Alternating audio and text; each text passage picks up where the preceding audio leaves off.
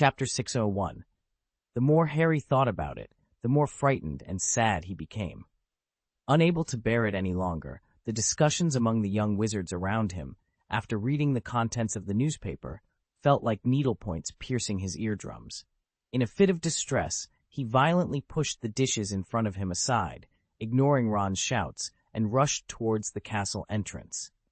The door burst open under his forceful swing, and he ran wildly along the paved-covered bridge, as if trying to outrun all the pain.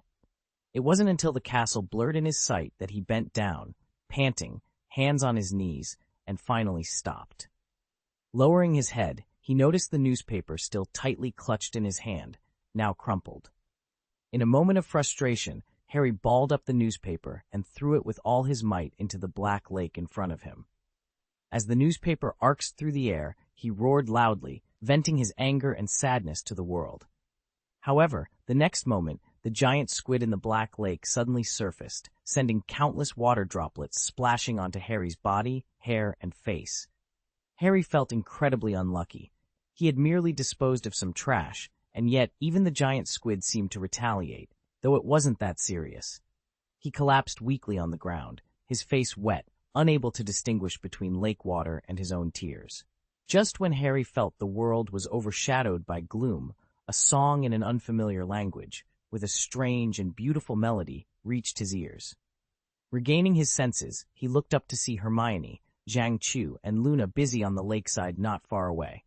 They waved their wands, directing large baskets of seafood to fly above the black lake, then dumped the seafood into the water. Harry realized his littering wasn't the cause of the giant squid's appearance. It was their actions that had lured the creature to the surface. At the same time, Harry noticed a beautiful female centaur on the green lawn by the lake. She had rainbow-colored hair and tail, and her lower body was that of a scion horse. Elegant and mysterious, she half-kneeled on the grass, singing joyfully, her voice as sweet as nature itself. Beside her, Slytherin's Gabriel Delacour and Astoria Greengrass sat close together, nodding their heads and harmonizing with the centaur's song, their faces alight with joyful smiles. From a distance, Harry watched this scene and listened to the beautiful singing, feeling the heaviness in his heart gradually lift. He remembered this female centaur from the previous year's Triwizard Tournament, when she had single-handedly orchestrated the Forbidden Forest's flora and fauna to disrupt the tournament's construction efforts. The situation had been tense until Professor Ethan Green personally intervened to mediate, calming the situation. Until now, Harry hadn't realized Professor Green had such a deep connection with the centaurs. Speaking of Ethan, Harry noticed that the girls had gone out for a picnic with him. Turning around, he saw a blue and white checkered tablecloth spread on the grass by the lake, adorned with a pot of fragrant milk tea, various fresh fruits, and exquisite refreshments. Ethan Green lay leisurely on the grass, hands behind his head, basking in the afternoon sun, enjoying the music, the delicious food, and the serene atmosphere. In fact, Ethan and the girls had noticed Harry's distress long before he approached, exchanging glances filled with concern and confusion. Despite his relaxed posture, when Ethan saw the confusion and pain in Harry's eyes, he set aside his leisurely demeanor, stood up, and gently patted Harry's shoulder, offering a silent gesture of support and understanding. Ethan brushed the grass blades off his body, then took a step towards Harry. "You look distressed, Harry." Ethan extended his hand, waving it through the air, and a gentle force instantly cleared away the water stains and fatigue from Harry's body. Harry felt a warm surge in his heart, yet the mixed feelings from their previous encounters left him somewhat bewildered. He managed only a stammered, "Thank you, Ethan, Professor Green." "It's okay, Harry. We're friends, and friends should help each other," Ethan said with a smile, shaking his head. "But why don't you just call me by my first name, or do you no longer consider me a friend?" Harry was momentarily taken aback, then quickly shook his head. "No, Ethan, I've always seen you as a friend." Just moments before, he had harbored resentment towards Ethan, but now, standing before him, those feelings were instantly dispelled. He longed to share his doubts and pain with the friend before him, and Ethan, along with Hermione, who was not far off, seemed like the perfect confidants. Yet, he found himself at a loss for words, standing silently, as he tried to organize his thoughts. Hermione, watching from a distance, appeared somewhat embarrassed and confused by the scene. It reminded her of a moment last semester by the lake when Harry had tried to confide a dream to Ethan.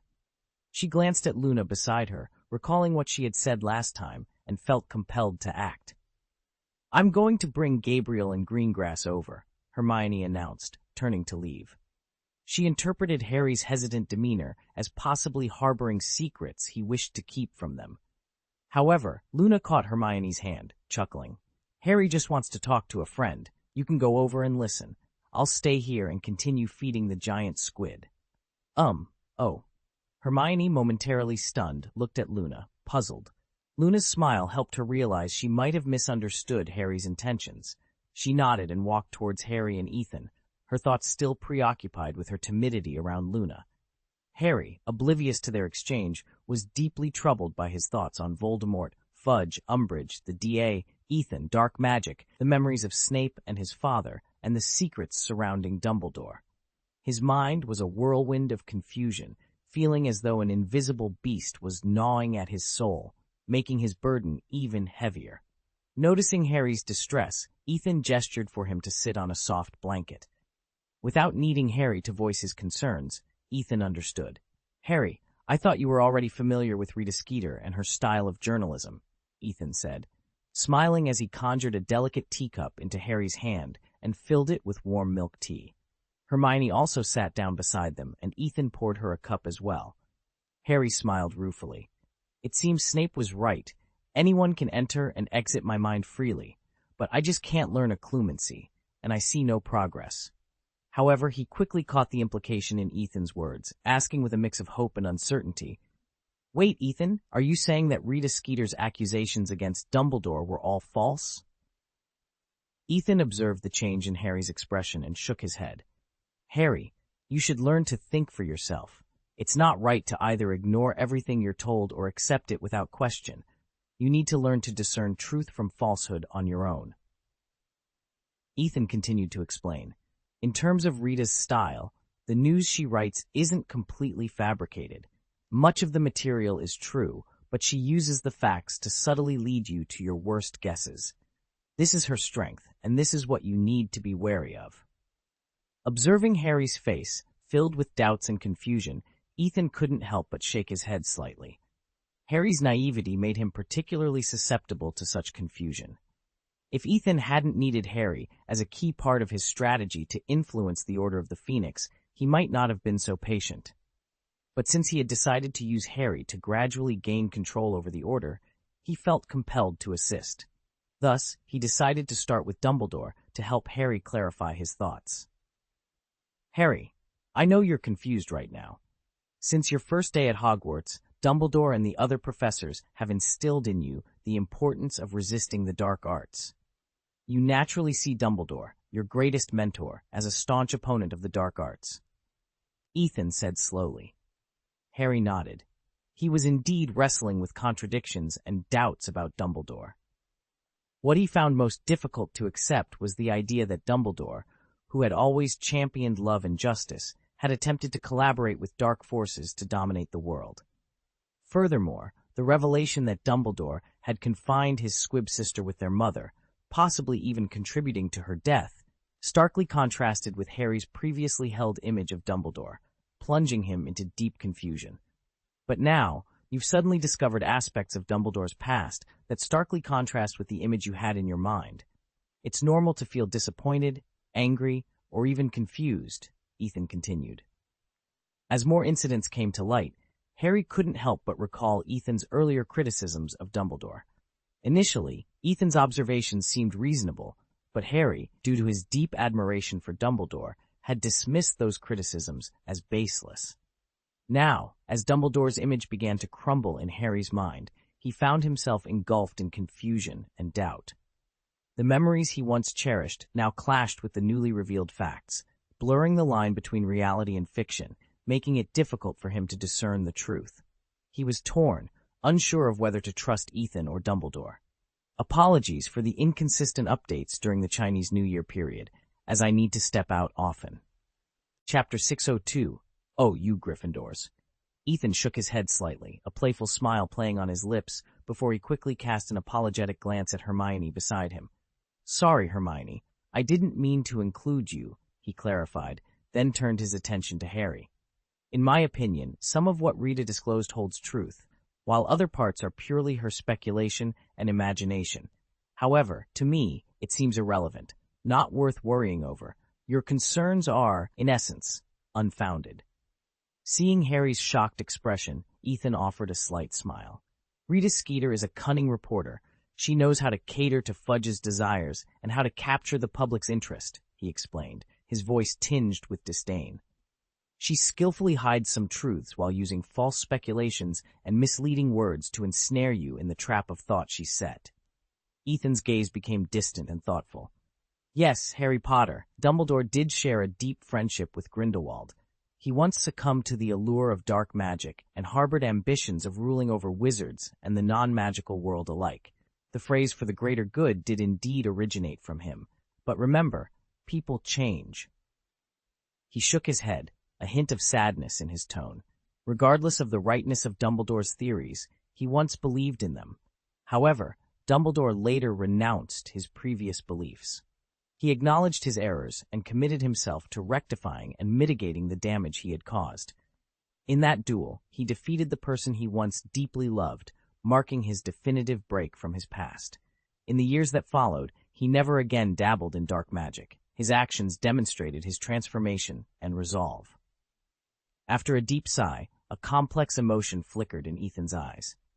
"To be honest, what I admire about Dumbledore is his ability to recognize his mistakes and correct them promptly." Then, turning to Harry, Ethan shook his head gently. "And you, as a supporter of Dumbledore and founder of Dumbledore's army, were misled by his early errors and overlooked his ultimate redemption." Harry, moved by Ethan's words, looked up, a determined gleam in his eyes. "Yes, those were all mistakes Dumbledore made in his youth. Rita's current malicious insinuations are based on his actions as a young man. If Dumbledore truly aspired to dominate the wizarding world, he could have done so long ago. He declined the position of Minister of Magic, leaving it to Fudge because he had no desire for it." It was as if Harry had awakened from a profound slumber. He broke free from the cycle of confused thoughts and rediscovered his purpose. Straightening up, he asked Ethan excitedly, "Ethan, since you say so, is Rita just fabricating stories about Dumbledore's sister?" Ethan shook his head gently. Dumbledore and his mother, Kendra Dumbledore, did indeed keep his sister Ariana Dumbledore confined. Upon seeing Harry's disappointment, Ethan quickly added, "What Rita said is true, but her explanation for why Ariana Dumbledore was imprisoned is entirely malicious fiction." He clarified, "Ariana was not a squib incapable of magic. In reality, she was an obscurus, harboring a powerful force within her, the obscurus. That is the true reason for her confinement." "Obscurus!" Hermione's voice rang out, laced with shock. She noticed Harry's confusion and realized he was completely unaware of the term. Shaking her head slightly, she began to elucidate. "An obscurus is a dark, parasitic magical force," Hermione explained, her tone grave and serious. "When a young wizard is forced to suppress their magic due to physical or psychological abuse, they endure extreme emotional pain, which can give rise to this power."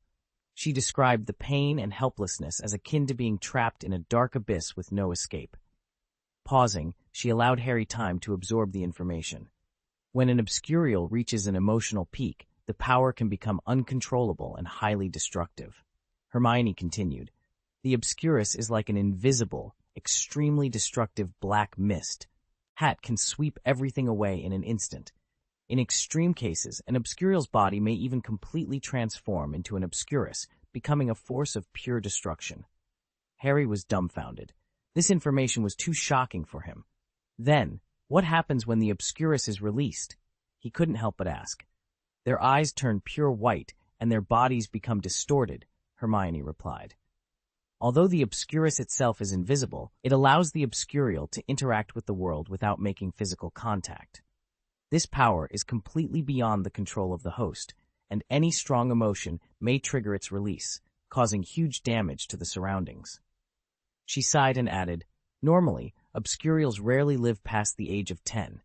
Their lives are like a time bomb that may end at any time due to uncontrollable silence. Harry felt a palpitation in his heart. The existence of this power frightened him. But is there a way to control it? Or heal the obscurial? He asked eagerly.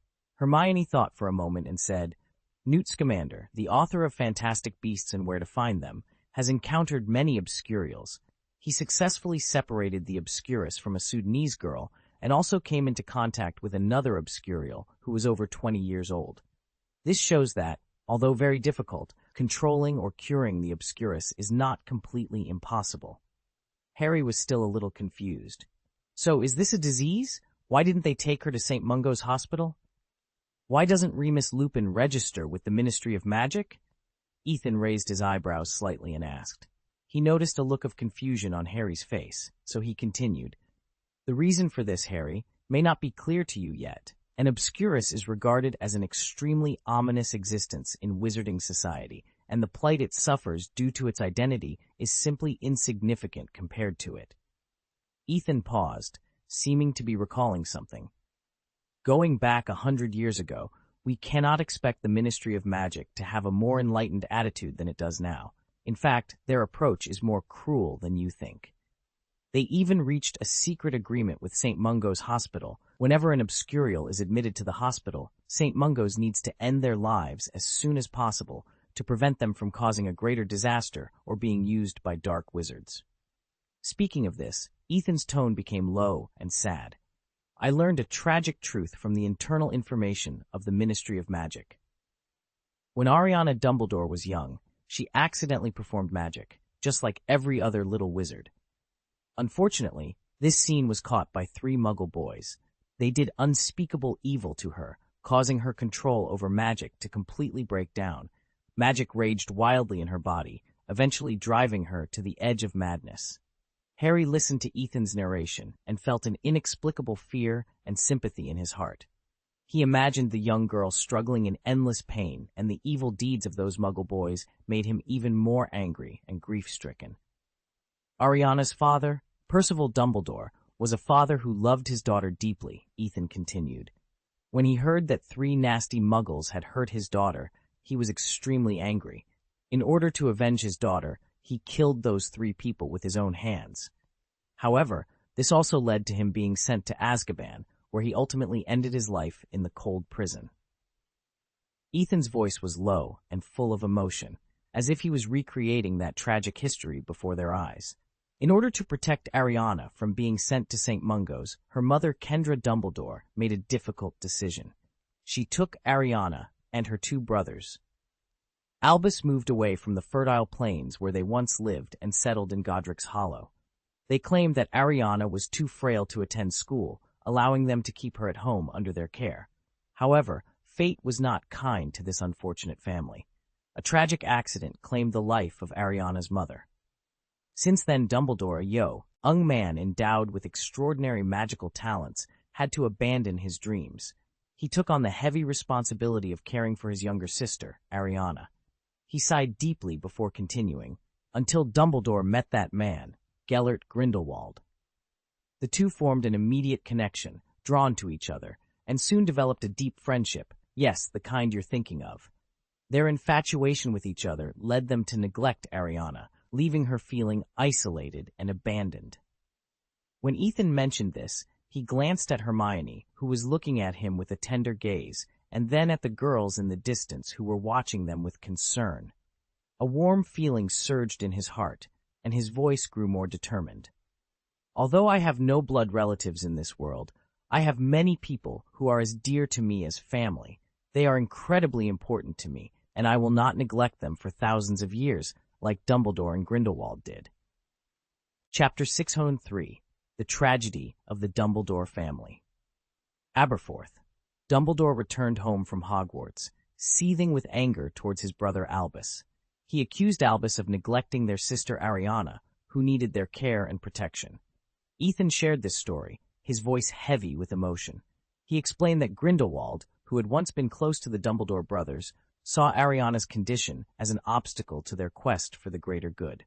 This disagreement led to a violent confrontation between Aberforth and Grindelwald, with Albus caught in the middle. Amidst the chaos, a spell tragically struck Ariana, ending her life prematurely. Ethan paused, locking eyes with Harry. I must tell you about a friend in Germany who delved into Grindelwald's interrogation records. He discovered some intriguing details. This friend was none other than the current headmaster of Durmstrang, a figure with a keen interest in the dark wizards of their time. After assuming his role, he dedicated himself to uncovering the truth behind Grindelwald's actions. Ethan continued, Harry, I believe that the curse that killed Ariana was likely cast by Dumbledore himself, by accident, in the heat of the moment. Grindelwald knew the truth but kept silent, possibly to protect Dumbledore. Despite Dumbledore's bravery, he couldn't muster the courage to face this harsh reality. He feared acknowledging his role in his sister's death. With a sigh, Ethan added, but hiding from the truth is a form of self-deception. Sooner or later, the truth emerges. He then presented Harry with a document from the German Ministry of Magic detailing the events of that fateful day. Harry read it, feeling a mix of sorrow for Ariana and empathy for Dumbledore's guilt. Ethan observed Harry's reaction and then mentioned Dumbledore's response about the Mirror of Erised, suggesting that Dumbledore might have seen not just Woolsocks, but Grindelwald, reflecting his longing for lost love and family. Harry, realizing the depth of Dumbledore's feelings, felt a pang of guilt for not understanding sooner. Ethan shared a knowing look with Luna, who was watching from a distance. Turning back to Harry with a playful smile, he teased, Do you know why I'm not fond of Gryffindors, except for Hermione? Hermione, caught off guard by the mention, blushed and stirred her tea to hide her embarrassment. Harry, curious about Ethan's views on Gryffindor, pressed for an answer. Ethan, momentarily distracted by Hermione's reaction, replied, Yes, I have my reasons for disliking Gryffindor. But Harry, haven't you also questioned your allegiance to Dumbledore recently? This conversation opened up a deeper reflection on loyalty, the complexities of human nature, and the consequences of our actions, setting the stage for further exploration of these themes in the chapters to come. Ethan's voice revealed a deep sense of helplessness and dissatisfaction. I feel that your Gryffindor house really struggles with tolerating those who are different, and it's also the most challenging house in which to make genuine friends. You're too easily swayed by those around you, or in other words, too impulsive, often unwilling to calm down and think for yourselves. What's worse, once you decide something is right, you never reconsider, no matter how much others try to persuade you. He looked at Harry's increasingly thoughtful expression and continued, You're like this. Ron is like this too, although he had a good relationship with me in the earlier years, and so are other Gryffindor classmates. Even Dumbledore himself sometimes falls into this kind of blindness and stubbornness. Speaking of this, Ethan sighed, I've always believed that among the four houses, the one that should be most at odds with Gryffindor is actually our Ravenclaw. Yet for years, you and Slytherin have viewed each other as mortal enemies, a sentiment almost endorsed by Dumbledore, becoming a sort of political correctness at Hogwarts. This has overshadowed the underlying conflict between you and us.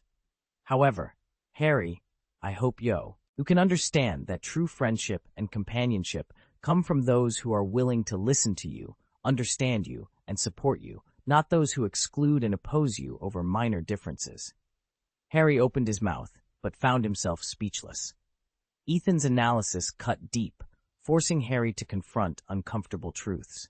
He lowered his head in shame, his past experiences flashing through his mind. In his first year, he indeed faced ostracism from his classmates due to his actions, a painful but understandable reaction given his ignorance of the magical world's norms.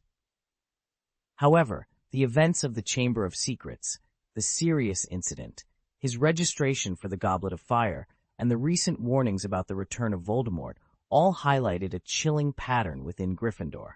Despite being the house with many who believed in him, it also contained many who opposed him, sometimes more vehemently than even Slytherin. His roommate Seamus's reaction to the news of the Death Eater's escape from prison, refusing to speak to Harry until he admitted his mistake, underscored this loneliness and helplessness. Ethan's voice broke through Harry's reflections once more. Headmaster Dumbledore's full name is Albus Percival Wulfric Brian Dumbledore. Albus is Latin for white, symbolizing purity. Percival references one of King Arthur's Knights of the Round Table, embodying courage. Wulfric suggests the cunning and ferocity of a wolf, along with self-sacrifice. Brian is an ancient Celtic word for noble. And Dumbledore, a variant of the word for wasp, reminds me of an incessant, nagging buzz that's impossible to ignore. Ethan's expression conveyed his deep disdain for Dumbledore.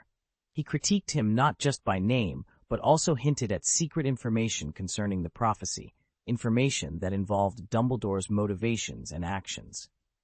The discovery of Harry's true plan behind Voldemort's Horcrux was a revelation that Dumbledore once confessed to Snape. Ethan's voice was full of disgust as he spoke. Dumbledore, like Harry, was influenced by his tragic experiences. He dragged everyone and everything into his cause, believing he was pursuing justice. He sought to control everyone by any means necessary. Ethan paused before continuing. Just like the dark magic we were discussing, Dumbledore removed books he deemed dangerous based on his beliefs. Under the pretense of protecting his students from dark magic, he concealed these books, neglecting the original purpose of the founders in establishing the forbidden book area and the good intentions of successive headmasters who added to the collection. Believing he had discovered the correct path, he made choices for others without their consent, assuming a generosity that wasn't his to give. Ethan's voice deepened as he went on. Harry, according to our Ministry of Magic's investigation, Voldemort's single-minded pursuit of evil stems from being born to a mother who used love potions on his father, rendering him incapable of feeling love. From a certain perspective, I don't actually hate him, not in the slightest. My conflict with Voldemort isn't driven by hatred. I'm not fighting him out of hate. This nuanced perspective on Dumbledore and Voldemort highlighted the complexity of their characters and the broader implications of their actions within the wizarding world. Ethan's insights offered Harry a deeper understanding of the forces at play, challenging him to consider the motivations and consequences of those deemed heroes and villains alike. Chapter 604. Ethan slowly stood up from the comfortable blanket, his hands clasped behind his back as usual. Harry, recognizing this posture, braced himself for another of Ethan's unique insights. True to form, Ethan began, Dumbledore is indeed a great wizard, but I find myself at odds with his philosophy. He shook his head, adding, he seems to believe that love is the solution to all problems, applying a saint's standards to everyone. This kind of naive thinking deeply frustrates me. Ethan then turned his gaze to Harry. You should understand, Harry, that what defines a person's morality isn't the type of magic they use. It's not about whether one casts dark magic or conventional spells, but rather the intent behind their actions. During the Goblet of Fire, I employed destructive magic, not for harm but to save people more effectively. In contrast, a wizard with malevolent intentions can use the simplest spells for evil purposes. Thus, I strongly disagree with Dumbledore's one-sided views and his attempts to justify them. Ethan continued, his voice firm. Years of adhering to his ideology have seen the combat abilities of wizards decline sharply. I question whether today's wizards can even cast a decent iron armor curse or disarming curse. You've organized a dueling club, Harry. You must see the truth of this. Ethan's eyes met Harry's with intensity. From the moment you entered Hogwarts, Dumbledore has been manipulating your worldview, pitting Slytherin against the other houses as if orchestrating a dangerous game. Remember what Hagrid, influenced by Dumbledore, told you? That dark wizards come from Slytherin, setting you against them even before the Sorting Hat had a chance to decide. Yet, wasn't the Hat considering placing you in Slytherin? And how do we reconcile that with the likes of Peter Pettigrew from Gryffindor or Umbridge from Ravenclaw, who have caused as much harm, if not more, than any dark wizard from Slytherin? If Dumbledore's theory held any truth, the founders would never have established Slytherin House. Ethan's words opened a new perspective for Harry, who had never questioned Dumbledore's methods before. Seeing Harry at a loss for words, Ethan smiled slightly. Dumbledore's attempt to merge Ravenclaw and Gryffindor classes this year, hoping I'd protect you like Hagrid, was misguided. I refuse to be a pawn in his game. Harry felt a chill as Ethan laid bare his most guarded secrets. Regret washed over him for not mastering occlumency. Yet, Ethan seemed unfazed by Harry's discomfort and even began to defend Draco Malfoy. "Harry, you might not be aware, but Draco actually wanted to befriend you on the train during your first year. Unfortunately, Dumbledore's manipulations and Ron Weasley's early influence led things down a different path. Have you ever wondered how different your life might have been if Ron wasn't the first person you met on the train?" Ethan paused, allowing the question to sink in, then concluded, "People are defined by their emotions, whether positive or negative. The emotions required to perform black magic are as crucial to a person as the positive emotions needed to cast spells like the Patronus charm. Yes, both sets of emotions are inherent to human nature, and we must confront and understand them.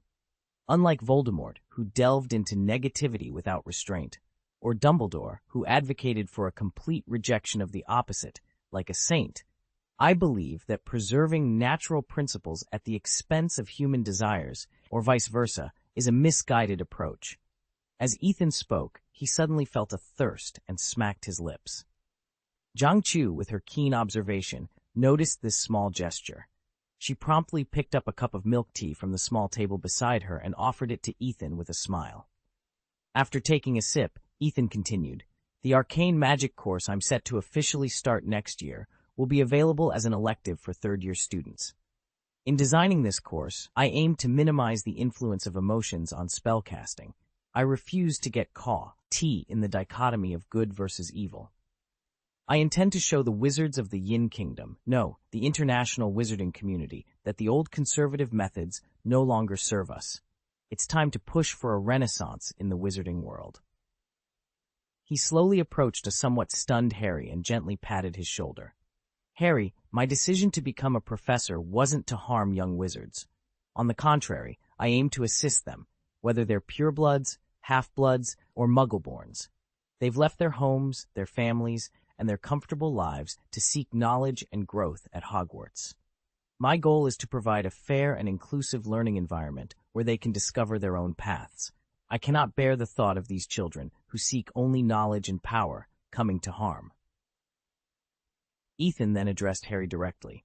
"Dumbledore, you know who, your father, Snape, and even Aunt Petunia's influence on you. None of these were your choice or your fault. I hope you can now see with your own eyes and think with your own mind. I invite you to join me in witnessing the birth of a new world. In this world, wizards won't need to depend on the so-called greatest white wizard or anyone else for protection. We will live freely, without the fear of being unprotected when faced with adversaries. I will provide a platform for those with noble ideals, allowing them to strive for the betterment of all wizards and those in pursuit of magical truth. My course is dedicated to freedom, truth, and, if you're willing, love." In Hogwarts, convincing Harry was almost tantamount to winning over most of the DA. Thanks to Ethan's efforts, the public opinion within Hogwarts began to shift in his favor. Even Harry, one of Ethan's staunchest supporters, started to see the introduction of arcane magic classes as a positive development for Hogwarts. With Dumbledore having made mistakes, who else in Hogwarts could stand against Ethan? Perhaps only Ron, with his characteristic Gryffindor stubbornness, remained tirelessly opposed to Ethan. As the school year swiftly passed, May arrived with its sunshine and gradually rising temperatures, enveloping Hogwarts in the warmth of early summer. The students' minds were already on the Quidditch pitch, eagerly anticipating the thrilling matches. This year's Quidditch tournament was nearing its conclusion, with only 2 matches left undecided: Hufflepuff versus Slytherin and Ravenclaw versus Gryffindor. These matches would determine the finalists. In the standings, Ravenclaw House led, followed closely by Hufflepuff. Gryffindor currently holds 3rd place, with Slytherin trailing in 4th. However, these rankings obscure the significant impact of off-field dynamics. Umbridge's authoritarian management has severely disrupted the Quidditch teams across all 4 houses, leading to frequent suspensions of key players. The situation only began to improve after Dumbledore's departure, which led to a slight relaxation of Umbridge's stringent Quidditch policies. Among all the teams, Gryffindor was the most adversely affected. Early in the season, Harry Potter and the Weasley twins faced suspensions due to a clash with Umbridge, leaving Gryffindor without 3 of its star players. Despite these challenges, Gryffindor demonstrated remarkable resilience. Ginny Weasley, in particular, emerged as a standout chaser, matching Harry's prowess in the seeker role. While Harry is an experienced player, his tendency to operate solo occasionally hampers the team's strategic cohesion. Ginny, on the other hand, not only excels at scoring but also actively engages in team defense, showcasing a commendable integration into the team's tactics. Harry's approach to seeking the golden snitch often involves him working in isolation, which sometimes limits his ability to blend with the team's strategies. Professor McGonagall, never one to hold back praise, lauded Ginny's abilities enthusiastically. She expressed confidence in Ginny's potential to excel even on the World Cup stage, highlighting her talent and skill level. Chapter 605. Professor McGonagall's comment quickly reached Ethan's ears. This familiar compliment stirred an inexplicable emotion in his heart. It wasn't the first time Ethan had heard such praise. Starting with Harry, it seemed Gryffindor produced a world-class player every few years. However, over time, Ethan came to realize that Professor McGonagall and Professor Trelawney were quite similar in their ways. One predicted the death of students every year, as if privy to the secrets of life and death, while the other lauded her students as world-class players every few years, as if Gryffindor was the breeding ground for such talent. But were all world-class players from Gryffindor? When Harry and the twins were suspended, Gryffindor's performance was far from stellar, largely due to Ron's inconsistent form. When Ron was on form, the team flourished, but when he wasn't, it was almost better to have no goalkeeper at all. Yet, the unpredictable nature of Quidditch meant anything could happen. Even Ethan, known for his exceptional scoring ability, once missed all 27 shots against Hermione. The competition among the four houses was tight, with little difference in points among the bottom three. With 2 games left, each team still harbored hopes of making it to the finals. Unfortunately, Slytherin was the first to be eliminated after an anonymous tip-off accused their beater, Lucian Ball, of match-fixing. Such behavior was strictly forbidden at Hogwarts, and the news caused a stir across the school. Slytherin House quickly responded, stating that Lucian Ball had confessed to Professor Snape about being coerced into unsportsmanlike conduct in a game 2 years prior. The Slytherin Quidditch management reported the incident to the Disciplinary Management Committee and cooperated with the school's investigation. Lucian Ball's Quidditch career at Hogwarts was over, and without him, Slytherin's chances in the upcoming games were bleak. Hufflepuff, on the other hand, emerged as the unexpected beneficiary of this scandal. They capitalized on Slytherin's weakened team, securing a significant victory that bolstered their chances of reaching the finals. This turn of events was actually a conspiracy orchestrated by Snape, who preferred Hufflepuff's victory over Gryffindor or Ravenclaw's, offering some consolation to Slytherin students. However, Slytherin students blamed Gryffindor for their downfall, labeling them as stupid lions and holding them responsible for everything. In a bid for revenge, Slytherin supporters sang "Weasley is our king" during the Gryffindor vs. Ravenclaw match, targeting Ron and causing his performance to plummet. As Gryffindor's goalkeeper, Ron accidentally scored 3 own goals, contributing to a historic loss. Ethan, watching from the sidelines, was both shocked and bewildered by the turn of events. This game set 6 historical records, with Ron being responsible for 2 of them. Not only did he set the record for the most own goals in a game, but his performance also highlighted the unpredictable and often cruel nature of Quidditch.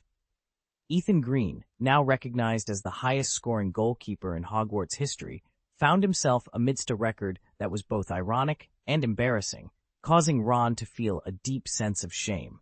The Ravenclaw team, however, emerged victorious from the chaos, defeating Gryffindor and securing their place in the finals. The prospect of winning 4 championships in 4 years seemed to beckon Ethan, filling him with an indescribable sense of excitement and anticipation. Gryffindor and Slytherin, once formidable contenders, were both halted in the semifinals, leaving their fans to exit the stadium in disappointment, engulfed by silence and solitude. Only Umbridge seemed pleased, believing her decision to confiscate Harry's firebolt and simultaneously ban Harry and the other Gryffindors was a stroke of genius. It allowed her to suppress those who supported Dumbledore, a move she thought would please Ethan Green. However, the Gryffindor team attributed their loss not solely to Ron's error but also to the absence of their best seeker, Harry Potter, due to suspension. If Harry were here, Zhang Chu wouldn't stand a chance, Seamus Finnegan said with a hint of regret, a sentiment Dean Thomas echoed. Their words pierced Ginny Weasley's heart, already heavy from the defeat. At that moment, Lisa Dupin overheard their conversation and coldly interjected, "What if our Ethan Green played?" She then walked away, leaving behind an awkward silence. Meanwhile, Harry left the noisy stands alone, his head down as he kicked a pebble along his path back to the common room. There, he found the team members sitting listlessly by the fireplace, all except for Ginny. Sensing her absence, Harry decided to seek out Ron's sister, understanding that the defeat wasn't her fault and she shouldn't bear the brunt of everyone's frustration. Unbeknownst to Harry, Ginny had already found solace in Ethan's arms, devastated by Ravenclaw chasers' superior teamwork and Zhang Chu's relentless interference. After the match, she sought comfort in Ethan, her tears flowing freely. Ethan gently consoled her. "Don't worry, this is just the last semester. The future is yours." Ginny, looking up at him with tearful eyes, sought reassurance, to which Ethan confidently affirmed the truth of his words. However, as he gazed into the sky, a hint of sadness flickered in his eyes. He knew his future lay in academia, not on the Quidditch field, a reality Ginny seemed to momentarily forget, especially with Zhang Chu still eligible to play for another semester. The news of Hufflepuff reaching the finals for the first time in many years sent waves of excitement throughout the house. The entire Hufflepuff community, especially the younger students, celebrated as if it were the new year. This enthusiasm was understandable, given the long gap since their last appearance in the finals. The older members of Hufflepuff gathered, reminiscing about the glory days of their youth when they were energetic and dream-filled teenagers just joining the Hufflepuff team. Still newcomers who had just debuted and had not yet become the Great Demon King, Ethan had not yet entered school, and the Ravenclaw team had not reached its current peak state. At that time, the Slytherin team was at its lowest point, beginning a long period of internal conflict. In contrast, the Hufflepuff team was strong and experienced during those years. They were even capable of competing fiercely with the Gryffindor team led by Charlie, showcasing a rare highlight moment for Hufflepuff. Unfortunately, the good times did not last long. After Cyrilla, Ethan emerged as the new star. Together with Cyrilla, they led the once fourth-rate team, which had languished at the bottom for many years, on a counterattack. They first overcame Slytherin, then outplayed Gryffindor, and finally defeated Hufflepuff, becoming legends in a single battle. Initially, it seemed that Hufflepuff's decline was just a streak of bad luck and misfortune, but their early glory turned out to be their final swan song. Since then, despite high hopes each year, they couldn't even make it to the finals. This series of losses and frustrations weighed heavily on the Hufflepuff team. "Do you know how we got here in the past few years?" They would ask, reflecting on their journey through years of suffering and hardship. However, the little Badgers eventually stood up again. Although Ethan, the same formidable opponent from Ravenclaw, was still in their way, Cyrilla had graduated, and Ethan had transitioned from player to coach. This change allowed them to stand tall, hands on hips, and declare without hesitation, "Ethan Green, we are not afraid of you." At that moment, they seemed to have regained their courage and confidence. Chapter 606. In fact, it's not just the Hufflepuff family that is apprehensive about Ravenclaw winning the championship. Gryffindor and Slytherin, despite being mortal enemies, have found a tacit understanding on this matter. They are all too aware that since Ethan joined the team, Ravenclaw has secured a spot in the top 3 in 3 out of the 4 years of his career, excluding the year when the Quidditch tournament was suspended due to the Triwizard Tournament. If Ravenclaw wins again this year, they will achieve the remarkable feat of 4 consecutive championships, continuing their dominance in the Hogwarts Quidditch arena. Building a Quidditch dynasty is no small feat. In the 20th century, Hogwarts has only witnessed similar glory twice. The first was when Professor McGonagall led her team to 3 championships in 5 years. However, during the critical match for the 4th championship, she was severely injured by Slytherin's notorious players, falling from her broom and failing to secure the victory. The second instance was during the James Potter era, which saw 3 championships in odd years. Yet neither of these instances resulted in consecutive championships, leading many in the wizarding community to argue that they do not constitute a true dynasty. However, Ethan has effortlessly established the Ravenclaw dynasty, marking perhaps the first true Quidditch dynasty of the 20th century and quite possibly the last. His achievements are undeniably impressive, yet he remains unsatisfied. Displaying a level of confidence that borders on arrogance, he has stepped down from his role as a player to take a seat on the coaching bench, aiming to extend the dynasty's glory. Ethan's actions carry significant implications, but no other house wishes to see such a scenario unfold. This would mean that they would be forever marked as mere footnotes in the history of the Ethan dynasty. Consequently, a battle for honor and dignity has quietly begun, both on and off the Quidditch field at Hogwarts. The Hufflepuff team members, often seen as a bit boisterous, interested in fellow wizards, and somewhat naive, are generally honest and responsible. In contrast, the Slytherin and Gryffindor students have shown themselves to be far more cunning. They have started to overtly and covertly cause trouble for Ravenclaw, going as far as to disrupt classes with arcane magic, which has led to both amusement and frustration. In response, Ethan has taken decisive action, deducting 50 points from both Slytherin and Gryffindor. He is serious about winning not only the Quidditch Cup, but also the House Cup. To ensure the successful execution of tactics, Zhang Chu, the true ace of Ravenclaw, spends all her time on the field, which has significantly limited her interactions with Ethan. This development has excited Harry, who mistakenly believes that his efforts have caused a rift between her and Ethan. Professor Flitwick often observes Hufflepuff's Quidditch tactics through a telescope from his office window. His intention is not to spy, but to study the opponent's strategies to better prepare for the game. After all, victory comes from knowing both your strengths and the enemy's. Professor Sprout has been asking the Ravenclaw students for help with the greenhouse and potion brewing, deliberately encroaching on their training time. Her motive is clear: to prevent Ravenclaw from being fully prepared for the finals. As the day of the finals approaches, the atmosphere is tense and charged with anticipation. Team members from each house are eager to demonstrate their skills on the field, while the audience eagerly awaits the thrilling match. The weather on the day of the finals is perfect, with clear skies and not a breath of wind. As Trelawney would say, the appearance of both the Sun card, representing the South, and the Moon card, representing the West, at the same time signifies that something extraordinary is about to unfold. In the Southwest, the appearance of the Wheel of Fortune in the upright position signifies that destiny is gradually shifting in that direction. Meanwhile, the Chariot, also in the upright position, symbolizes determination, courage, and action. This suggests that with bravery and forward momentum, positive outcomes are likely to occur in the Southwest. This was seen as an especially auspicious sign for Ravenclaw, with their goal lying to the west. Ethan concurred with this interpretation, but had no intention of paying any price for such foresight. He simply offered a faint smile, turned, and walked away. Professor Trelawney, observing his departure, felt a surge of annoyance. She recognized Ethan as a savvy individual, one not easily swayed by others' predictions, certainly not to the extent of parting with money for them. Disappointed by her unsuccessful attempt to influence him, she resignedly sought out Professor Sprout to concoct another set of favorable arguments for Hufflepuff.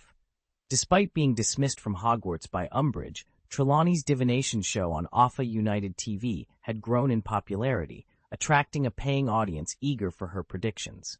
Yet, this commercial success did not deter her from making forecasts for the Hogwarts Quidditch matches, which remained affordable for all. Previously, Trelawney had predicted a significant victory for Ravenclaw. However, when Ethan led his team onto the field, they were met with an unexpected barrage of boos.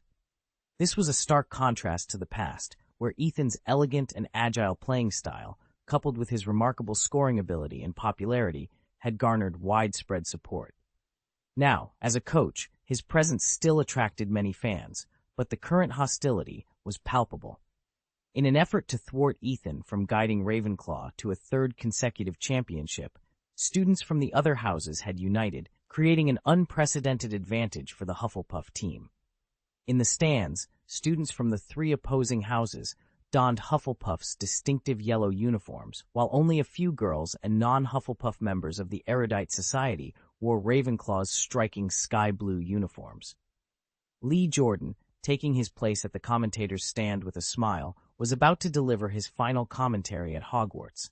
His happiness stemmed not from eagerness to leave the school, but from a heartfelt invitation to become a full-time Quidditch commentator for Offa United Television.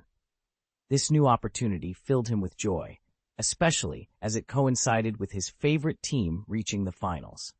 As the game commenced, Ethan and Cedric, the captains of their respective teams, met at the center of the field, gripping each other's hands with such intensity it seemed they sought to crush them.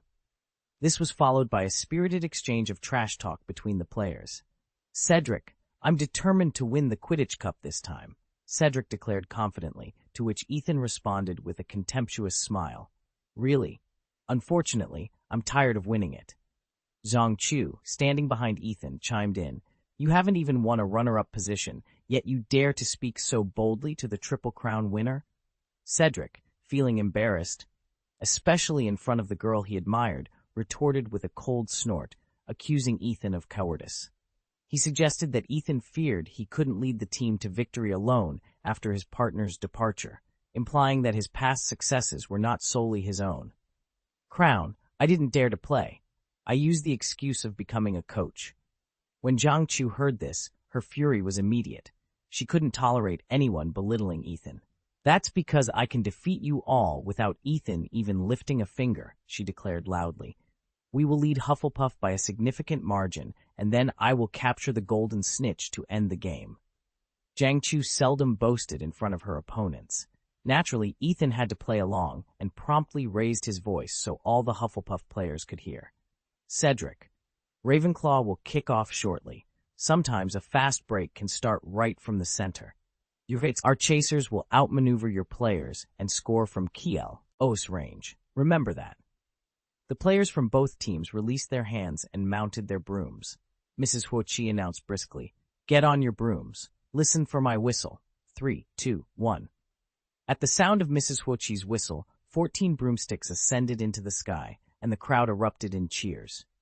The game officially began, and the players engaged in a fierce aerial battle. All eyes were on Chambers, who held the quaffle, shining like the brightest star on the field at that moment.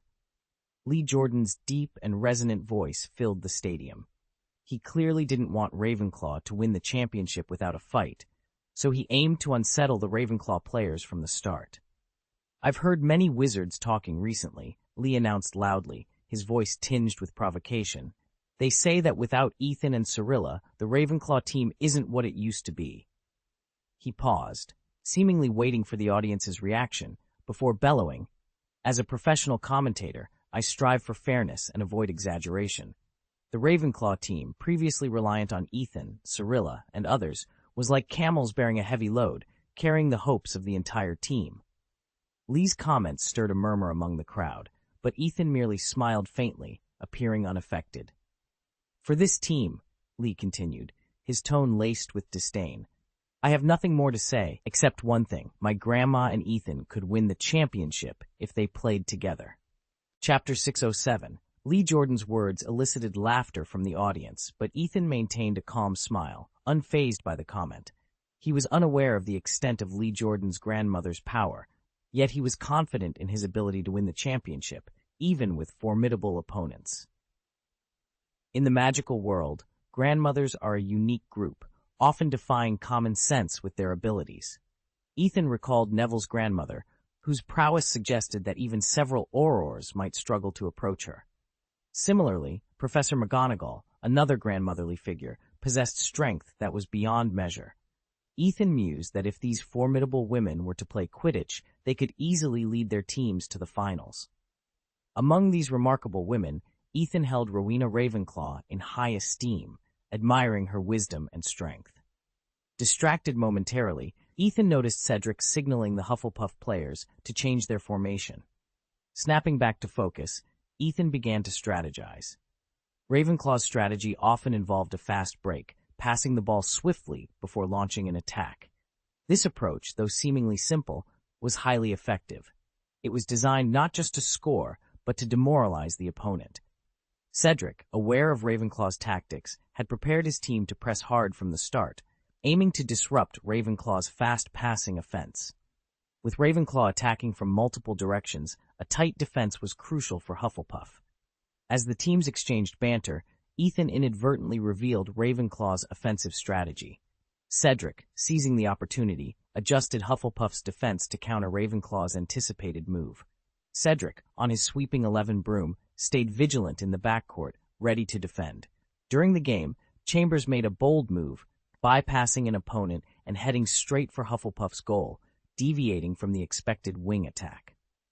Lee Jordan, commentating, expressed doubt over this tactic. Meanwhile, Hufflepuff's Heidi McAvoy and Malcolm Priest quickly countered. Lee described Heidi's infamous invisible black elbow move and Malcolm's knack for tripping opponents, though his comments drew a reprimand from Professor McGonagall for straying from game-related commentary. Despite the admonishment, Lee's attention quickly returned to the game as Chambers executed a stunning maneuver, the butterfly through the flowers turn, leaving his opponents behind.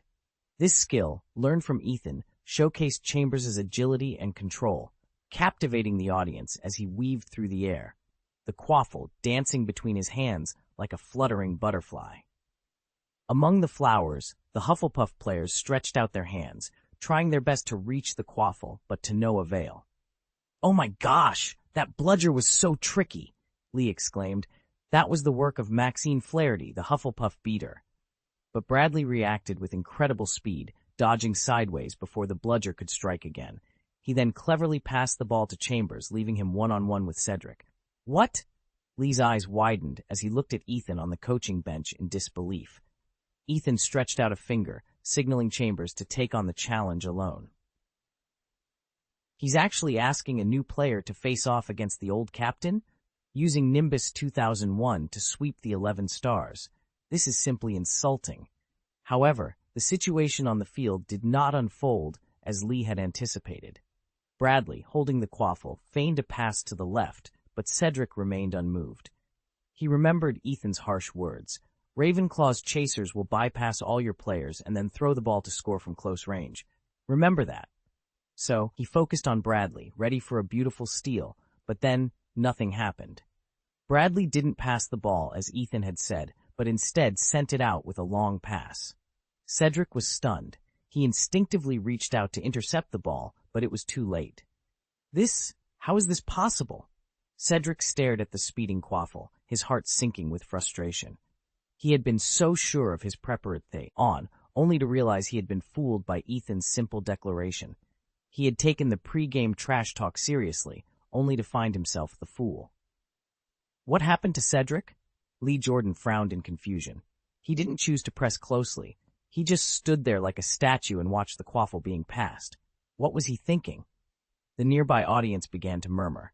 Some speculated, isn't he learning from Slytherin's bowl? Is he also involved in match-fixing? Impossible. Lee Jordan immediately countered. Cedric is not that kind of person. I guess he thought Bradley would make a fake move, so he predicted it in advance. But he didn't expect Bradley to anticipate his prediction and pass the ball directly. Alas, this is still a result of inexperience. However, not everyone was convinced by this explanation. After all, Bradley was a newcomer who had only joined the team this semester, while Cedric was a veteran player with 5 or 6 years of experience. To say Cedric was outmaneuvered by a newcomer like Bradley was almost an insult. Cedric, feeling annoyed, gritted his teeth in anger and quickly returned to defense. He had reminded Heidi before the game not to engage in foul play with Malcolm, wanting a fair fight. But he hadn't anticipated making such a mistake himself. Goalkeeper Herbert rushed forward, but Jeremy, who received the pass, bypassed him as easily as crossing the street in the early morning. Lee Jordan shouted excitedly. He scored. 10-0. Ravenclaw takes the lead. Observing the situation on the field, Lee Jordan couldn't help but sigh. Even if Ravenclaw isn't what it used to be, there's still a gap between Ravenclaw and Hufflepuff. Although Hufflepuff players are strong and not slow, Ravenclaw players can shoot whenever they want. With sudden shooting, you're invincible. Jeremy flew around one end of the court, pumping his fists in the air to celebrate the goal. Ethan on the coaching bench stood up and waved in response to him. However, the boos from below grew louder, expressing dissatisfaction with the goal. But Ethan smiled indifferently, even closing his eyes to savor the boos. He knew that no matter what the outside world said, his team had proven its strength with their performance.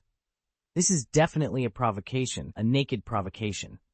Lee Jordan laughed. He waved his arms and shouted excitedly to the Hufflepuff players, "Guys, get excited, use your courage, and stop being such a coward. If that doesn't work, just hit him with a stick and fight like a man." Lee Jordan exclaimed, his voice filled with enthusiasm. "Lee Jordan!" Professor McGonagall shouted sternly, her frown deepening. "Please be mindful of your language and refrain from using such provocative words to stir emotions." "Sorry, couldn't help it, Professor," Lee Jordan responded, his smile fading. He touched his nose in embarrassment and added apologetically, "I got carried away. I mistakenly thought we were up against the Slytherin bandits. These Hufflepuffs, they're not as tough as they seem, more like sausages, really. To be honest, I think my grandma shows more grit when she's out playing ball." Lee Jordan's remarks instantly stirred the crowd, casting a shadow over both the Slytherin and Hufflepuff teams. The students from both houses expressed their displeasure loudly, booing him. Some even went as far as to throw dung eggs towards the commentator's table, narrowly missing Lee Jordan's nose. Despite the chaos, Lee Jordan's words had an unexpected effect on Cedric, the captain of the Hufflepuff team. He realized that to overcome the Ravenclaw team, they needed to disrupt their skill and coordination.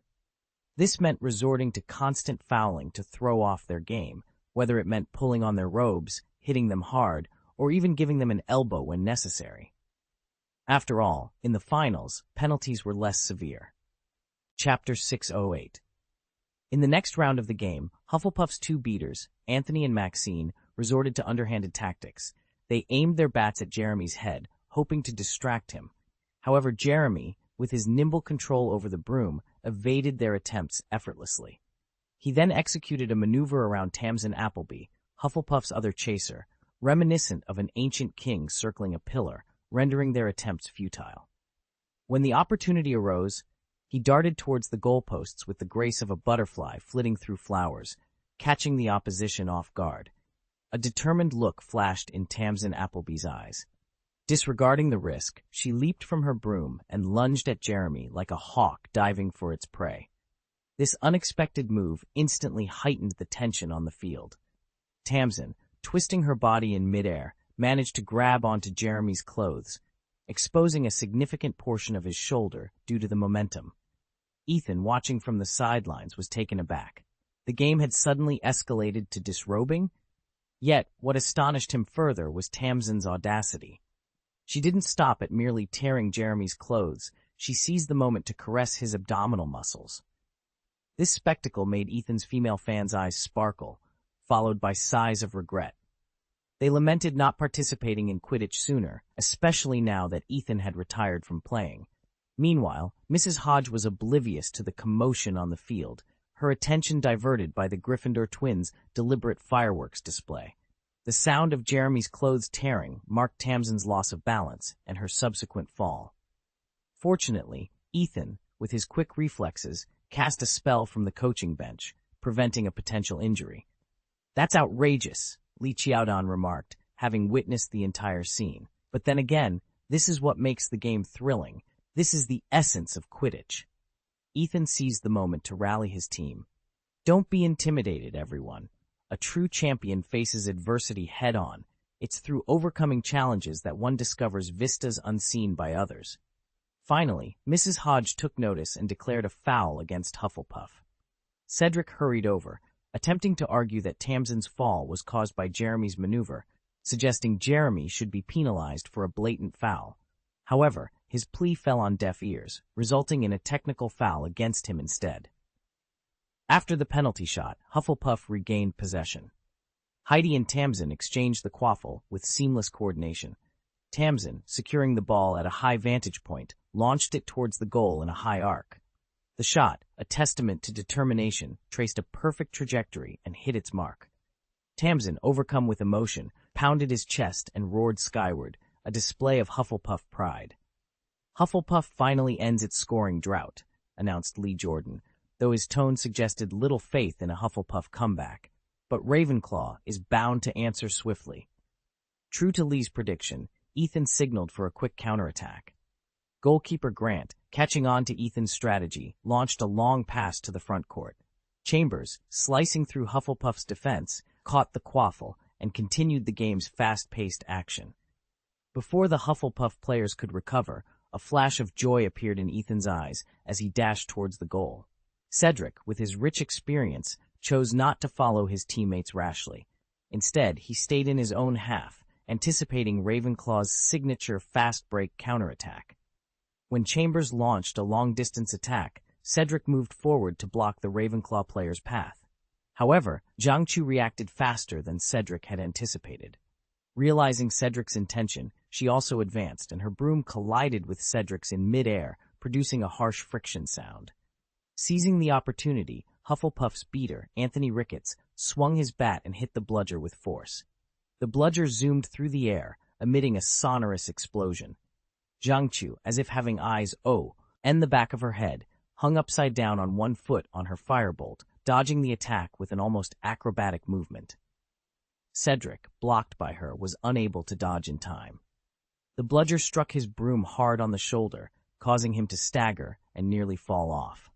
During this critical moment, Chambers had already approached the Hufflepuff goal. He easily bypassed the goalkeeper, Herbert, and scored. Cheers and applause erupted from the stands. This goal was scored so smoothly. Chambers must be feeling proud, he thought to himself. I am the #1 in Ravenclaw, the king of open goals. Chambers' fast break was indeed sharp. With an open goal, Ravenclaw's offense surged like a tidal wave. Hufflepuff is now in real danger, commented Li Qiaodan excitedly, his tone revealing a deep understanding of tactics. This is what I often emphasize. Pass it out, hit it back, link up the inside and outside. Have a hit rate on the outside and also cause damage on the inside, making it hard for the opponent to defend against. Suddenly, he frowned, as if noticing something amiss. What's wrong with Tamsin of Hufflepuff? Did she get into trouble with Jeremy? Ha, look, this ball just happened by itself again. Oh no, someone must have intercepted it. Although Lee Jordan hoped for a Hufflepuff victory, he couldn't ignore the reality at that moment. He analyzed realistically, the failure of this goal has greatly impacted the morale of the Hufflepuff players. Considering Tamsin is the core organizer, her playing style today is quite unreasonable. How can her teammates keep up with her rhythm? Jiangchu, riding the firebolt gracefully in midair, was pleased with her team's performance, having just scored another 10 points. Li Qiaodan's analysis reached her ears, and she couldn't help but nod in agreement. His analysis was spot on. Despite Lee Jordan's preference for Hufflepuff, he was correct about one thing. Even without Ethan and Cirilla, Ravenclaw still had a significant advantage over Hufflepuff. Ethan had implemented Muggle scientific methods for comprehensive and detailed training of the Ravenclaw team. He ensured the team members repeatedly watched professional game videos to learn tactics and techniques and analyzed classic cases to enhance their game IQ. During training, Ethan paid attention to every detail, improving the personal training of his team members through replays and analysis. Having participated in the world's highest level of World Cup finals, Ethan brought a wealth of game experience to the team. Moreover, his tactical insights, drawn from a summary of classic Muggle sports, ensured that the team performed at its best during the game. As long as they weren't facing the truly elite professional teams, Ravenclaw had a solid chance of winning with the strategies devised by Coach Ethan and the prowess of its players. Moreover, the team was significantly bolstered by the addition of a phenomenal player, Jiangchu, who not only possessed a firebolt, a broomstick that was a class apart, but also had physical capabilities far exceeding those of ordinary individuals. Her presence on the team was akin to a force multiplier, rendering Ravenclaw virtually unstoppable on the Quidditch pitch and enabling them to score at will. This advantage was a game-changer. reducing the competition to a lower dimension of play. The Hufflepuff team faced immense pressure in this match, with their only glimmer of hope resting on Cedric's ability to capture the snitch before the score gap widened too much. However, the challenge was monumental, as Ravenclaw's seeker, Zhang Chu, was the strongest of them all. Not only did she serve as the vice-captain, requiring her to lead and contribute to the team's defense, but her responsibilities also meant she couldn't dedicate all her focus to hunting the golden snitch. Despite these demands, Zhang Chu effortlessly outperformed Cedric Diggory with her superior skills and the advantage of her broom. The outcome seemed predetermined from the start, devoid of any suspense. Had it not been, in the finals, Ethan might have boldly declared his anticipation of future matches. However, he restrained himself, believing such arrogance unbecoming of a professor.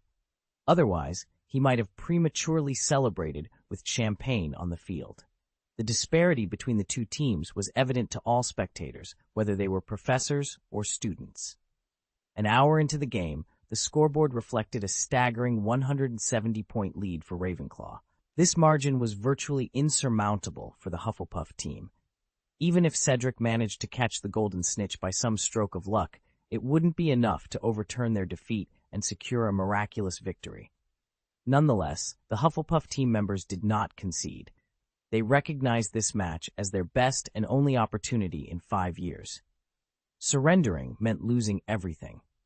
The image captured Zhang Chu in action, embodying the spirit of determination and excellence. Chapter 609. As the game progressed, it seemed Ravenclaw was on the verge of setting a new record for the highest score in Quidditch history. To them, it appeared almost effortless. However, when a team member suggested they aim for this record, Ethan dismissed the idea. He believed that accumulating points during what he considered garbage time was not a feat worth boasting about. Consequently, Ethan decided to bring in Jeremy as a substitute, opting for new players in all chaser positions. Aware that he wouldn't be returning as a professor the following year, and with Zhang Chu facing her last year on the Ravenclaw team, Ethan saw the importance of training newcomers to ensure a smooth transition for the team's future.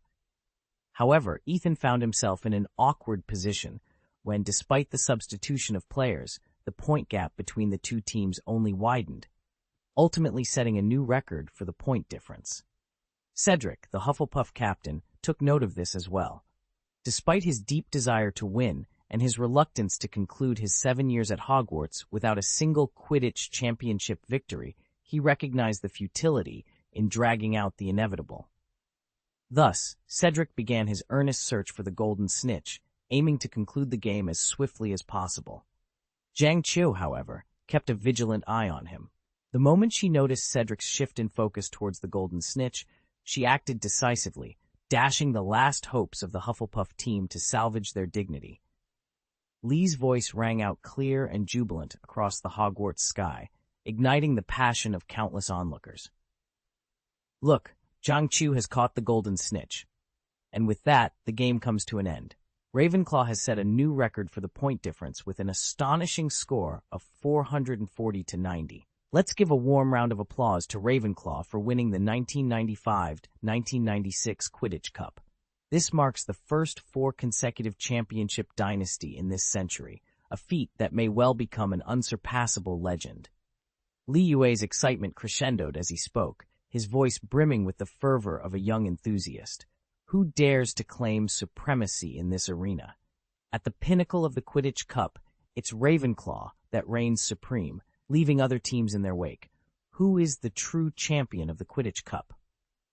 For Ravenclaw, dreams do come true.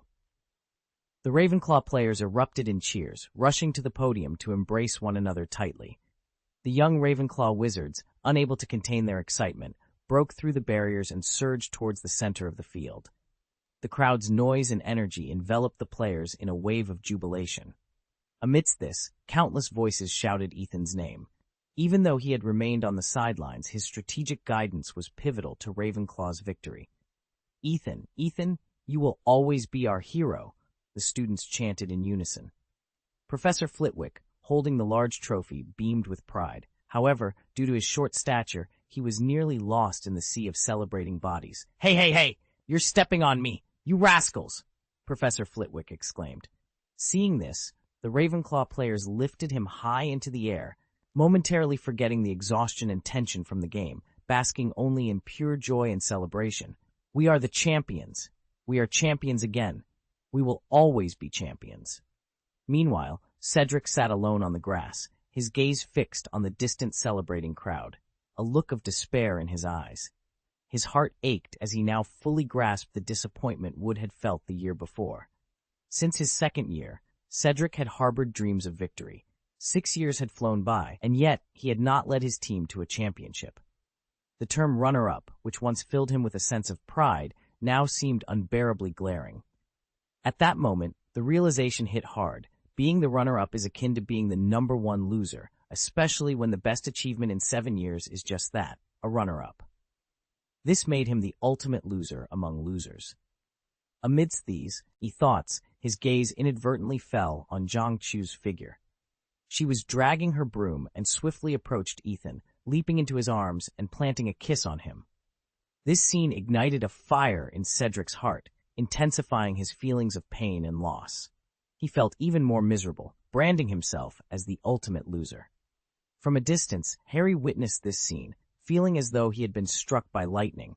His face turned pale, and his heart was flooded with doubts and a sense of betrayal. He remembered that Zhang Chu and Ethan had a falling out, possibly even breaking up, so this reunion shocked him profoundly. It seemed to Harry that Ethan was truly living a charmed life, winning effortlessly, and even receiving a kiss from Zhang Chu as a prize. Harry's heart was a tumult of confusion and anger, leading him to mutter about the possibility of a fixed match. Ron, overhearing this, looked visibly upset, his voice trembling with frustration. "Harry," he exclaimed, defending his integrity, "I admit my performance on the field isn't top-notch, but accusing me of fixing matches without basis is a grave insult to my character." Harry was left speechless, realizing he had unintentionally hurt Ron. The accusation stemmed from a previous loss to Ravenclaw, which had sparked rumors of match-fixing, making the topic a sensitive one. The Ravenclaw dynasty's victory led to a 3-day grand celebration at Hogwarts, cementing Ethan's historical status as perhaps the greatest Hogwarts player of the 20th century. However, with fame came criticism. Some detractors mocked the officiating standards of the game, suggesting Ethan wouldn't have stood a chance in earlier decades. These comments caused a stir, but were soon drowned out by the celebratory mood. The celebration's spirit was further amplified when the Weasley twins' joke shop announced a promotion for Ravenclaw fans, offering a 10% discount on all products. This effectively silenced the critics, replacing them with a wave of enthusiastic Ravenclaw supporters, some claiming to have been fans for decades, despite Ravenclaw's relatively short history. As June approached, the bustling noise of Hogwarts began to quiet down. The sky turned sultry and cloudless, heralding an early summer heatwave. This oppressive atmosphere seemed to sap the students' energy, forcing them to stay indoors and prepare for the looming examination week.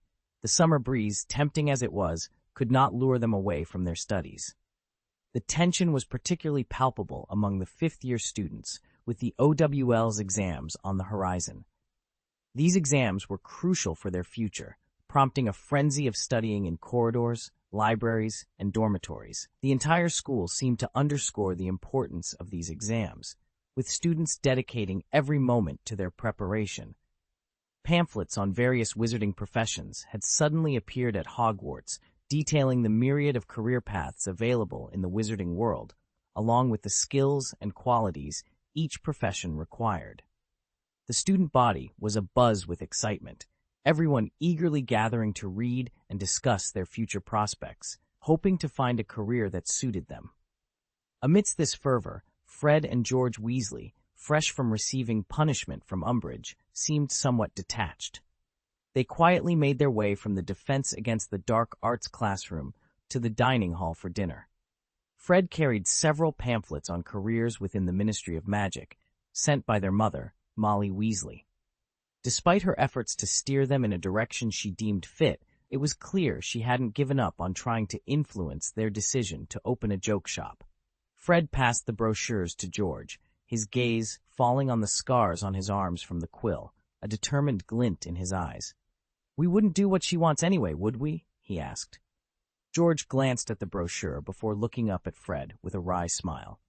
"Yeah, I feel the same way. We're no longer suited for full-time education," he said, shrugging. "We have our own dreams and pursuits. We shouldn't let ourselves be trapped by others' expectations." "George, it's time for us to test our talents in the real world," Fred said, his eyes alight with visions of the future. "With Ethan's investment, we could have opened our store long ago. What do you think?" A sly grin spread across George's face, a spark of mischief in his eyes. "Absolutely right. And," he paused, an ingenious idea forming, "Flattery Gregory's corridor would be an excellent spot. If we turn it into a swamp of turd eggs, it would certainly cause quite the commotion."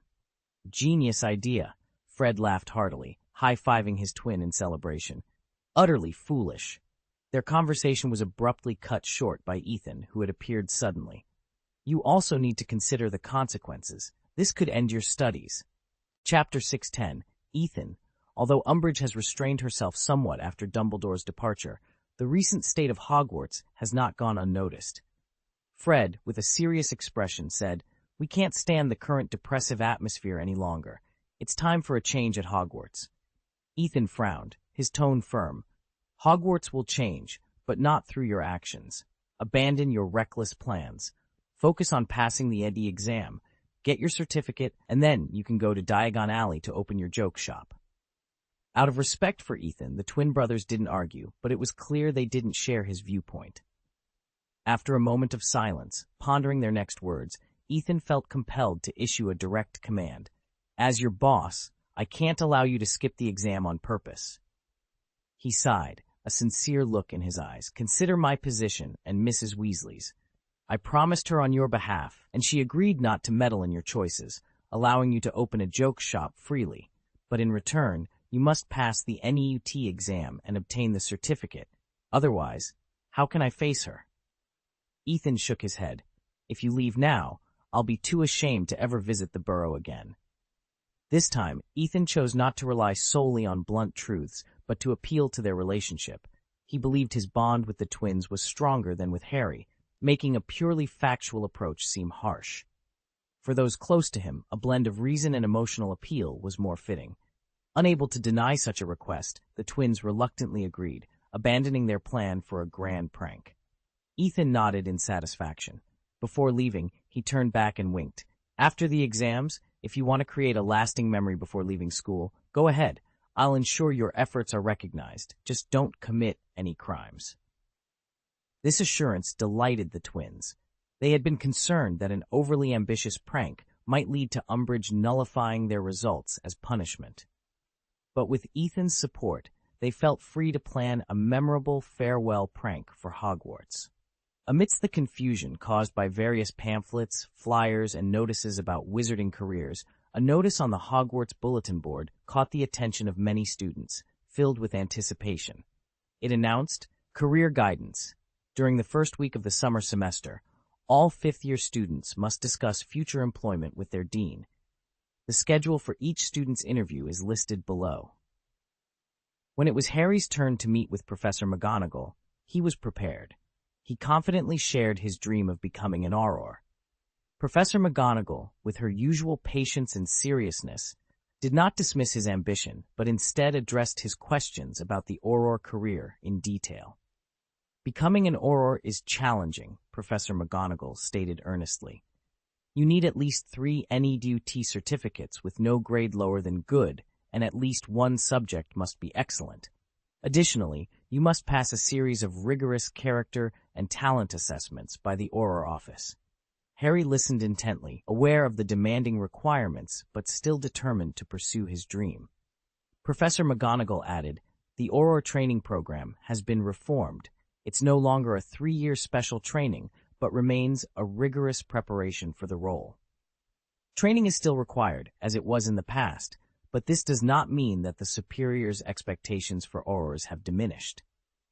On the contrary, Jaina, the director of the Department of Magical Law Enforcement, and Tonks, the deputy director of Aurors, who oversees this area, have set even higher standards for Aurors. I aim to be the kind of Auror who requires the most combat ability, Harry added. That is the core position of the change, the Auror Special Operations Team, rather than the security forces, which are mainly composed of veteran Aurors. Professor McGonagall nodded in understanding after hearing this. She recognized Harry's outstanding courage and determination, and believed in his potential to become an excellent Auror. She encouraged Harry to continue working hard and reminded him that he needed to pass the Auror's internal new combat training to further enhance his abilities. During Harry Potter's consultation with Professor McGonagall, Principal Umbridge suddenly interrupted their conversation with her characteristic fake cough. She frowned and said to Professor McGonagall in a confused tone, "Minerva, I'm afraid I don't understand how you could give Mr. Potter such unrealistic hopes." Professor McGonagall turned her head, giving Umbridge a sharp look, and coldly repeated, "Unrealistic hopes?" Her tone conveyed her dissatisfaction with Umbridge. Harry Potter has received high scores in the Defense Against the Dark Arts exams over the years. Professor Umbridge couldn't help but curl her lips after hearing this. She took out a piece of paper, waved it in front of Professor McGonagall's eyes, and said, "I'm very sorry, but I have to object, Minerva. As you can see from my daily report card, Harry's grades in my class were abysmal." Professor McGonagall frowned slightly, took a deep breath, and then stated more firmly, "I should make my meaning clearer. Harry achieved high marks in all Defense Against the Dark Arts exams given by competent teachers. I think you will also find," Principal Umbridge's smile suddenly disappeared, and her tone became cold and mean, "that the Ministry of Magic wants to investigate the records of those who apply to be Aurors, including illegal records. This means that the boy's chances of becoming an Auror are as slim as Dumbledore's chances of returning to the school." A flash of anger appeared on Professor McGonagall's face, but she remained calm. "Then there is great hope." Professor Umbridge refused to give up, raising her voice. "Potter has a criminal record." Professor McGonagall showed no sign of weakness and spoke louder. "All the accusations against Potter have been clarified. This is an indisputable fact." Professor Umbridge stood up angrily.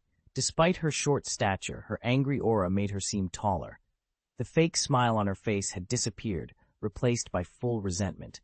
Her face became even more hideous and terrifying as she gritted her teeth and said, "There is absolutely no way Potter can become an Auror. I said it! No one can change that." Professor McGonagall also stood up, her tall and straight figure exuding a majestic aura. She looked at Professor Umbridge firmly and said in a clear and loud voice, "Harry, I believe you have the potential to become an excellent Auror. I will do my best to help you achieve this goal, even if it's the last thing I do." She paused and continued, "Harry, let me give you a suggestion. Next year, you can take Professor Ethan Green's arcane magic class. I believe Principal Umbridge will not question Professor Green's ability to teach students, right? After all, Professor Green has always been very fair in selecting talents." These words deflated Professor Umbridge like a popped balloon. She leaned back in her chair, turned a page on the writing board with a livid face, and began to write something quickly, her bulging eyes darting left and right as if looking for an opportunity to refute. Professor McGonagall turned to Harry, her nose twitched slightly, and her eyes flashed with anger. Harry had a clear understanding of the support and belief Professor McGonagall had in him. Ethan was deeply contemplating his future career choices. He stood at a crossroads filled with paths that many would envy, yet none seemed to draw his interest. Some speculated that he had every opportunity to ascend to the pinnacle of power within the Ministry of Magic. With Jaina's faction thriving and the landscape of power shifting after Voldemort's return and Dumbledore's departure, the way seemed almost clear for him. However, the prospect of becoming the Minister of Magic held little allure for Ethan.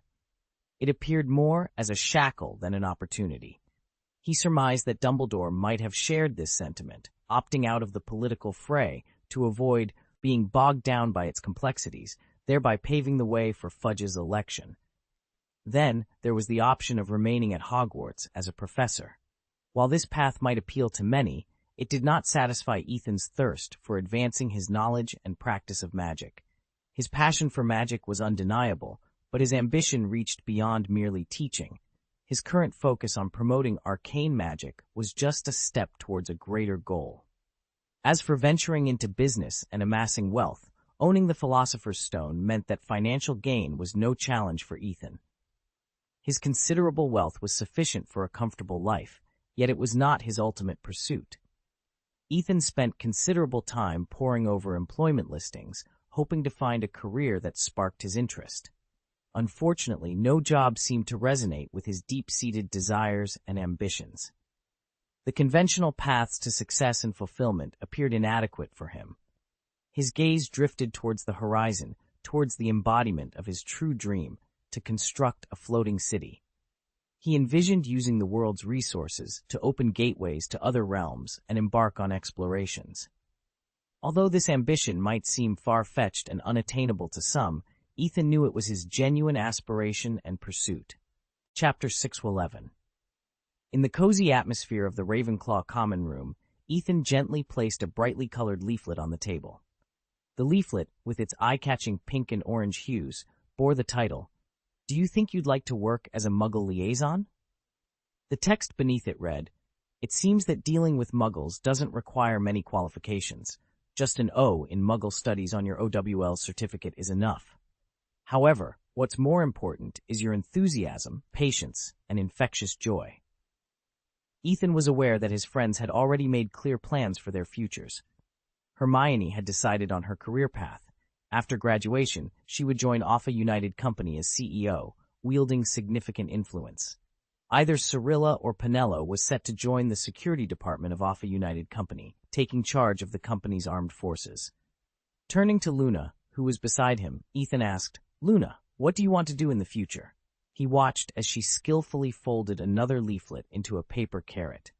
Luna looked up, her eyes gleaming with a dreamy light, and replied melodically, "I want to search for those magical items mentioned in the tales of Beetle the Bard, like the Jumping Cauldron and the Fountain of Good Luck.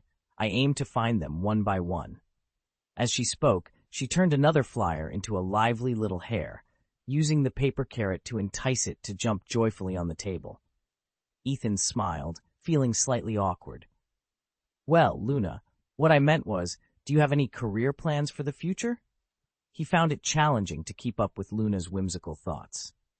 Just a few days ago, she was deeply engaged in discussing Ethan's floating city plan, but now she seemed completely absorbed in her storybook, as if she were in another world. Luna caught the paper rabbit, gently holding its long ears and playfully moving its kicking legs with her fingers. She then looked at Ethan with clear eyes and said, "I read about the Department of Mysteries in a report a few days ago, and it sounded interesting. My dad once wrote in the Quibbler that Cornelius Fudge used the Department of Mysteries to develop terrible poisons to secretly target his opponents. However, Gianna seems to have refuted this." Ethan laughed. "Oh, the Department of Mysteries is indeed a mysterious place." He recalled the tragic fate of Bode, a silent man who was burned to death, noting that his work was the Ministry of Magic's top secret. "Such a position is indeed quite attractive.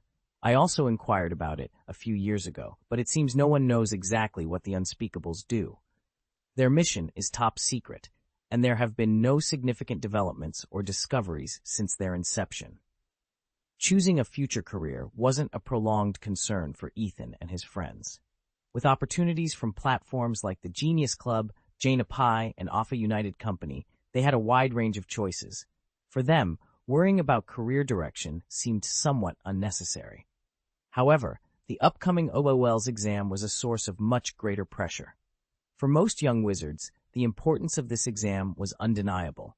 Achieving good grades was essential to qualify for their desired careers. Otherwise, their future paths could become exceedingly difficult. The fifth-year students had begun their intense review sessions. In this competitive atmosphere, Hermione was particularly busy. As the head of the Broad Knowledge Society, she was responsible for organizing daily tutoring sessions and developing special review plans for the exams. The Exquisite Society had already established cram schools. Under Hermione's meticulous planning, the Exquisite Society expanded the scale of the cram schools a month before the exams, shifting the focus to a more comprehensive review, a departure from the previous practical-oriented approach. Subjects like spell theory, and history of magic, which require rote memorization, pose boring challenges for most young wizards.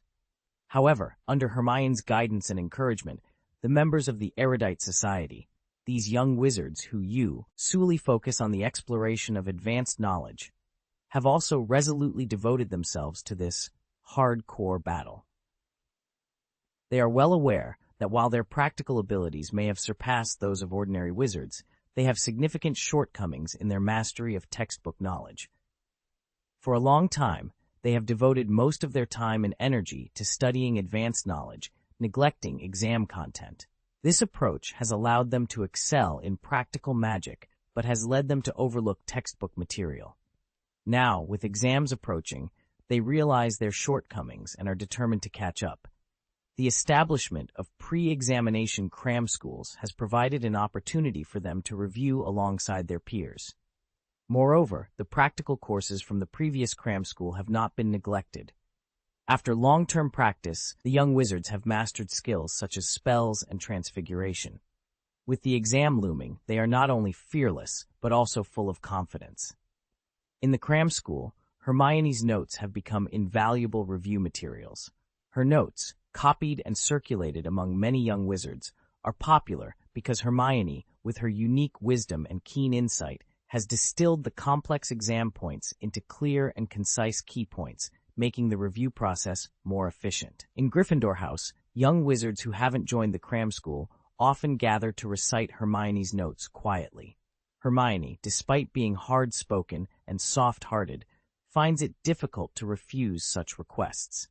However, she also knows she must protect the interests of the cram school wizards, so most of the notes she shares are the class notes taken during her Hogwarts classes, which are relatively scattered and unorganized. The notes she provides to the cram school are her carefully compiled version, which is logically clear and organized. As the exams approach, rumors at the school begin to intensify.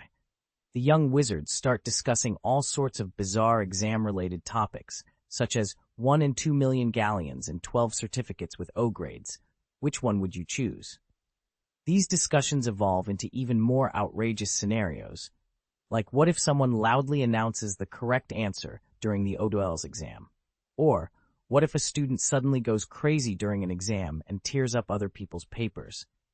The topics become increasingly absurd, as if the students feel they must justify their year-long efforts with exam-related problems.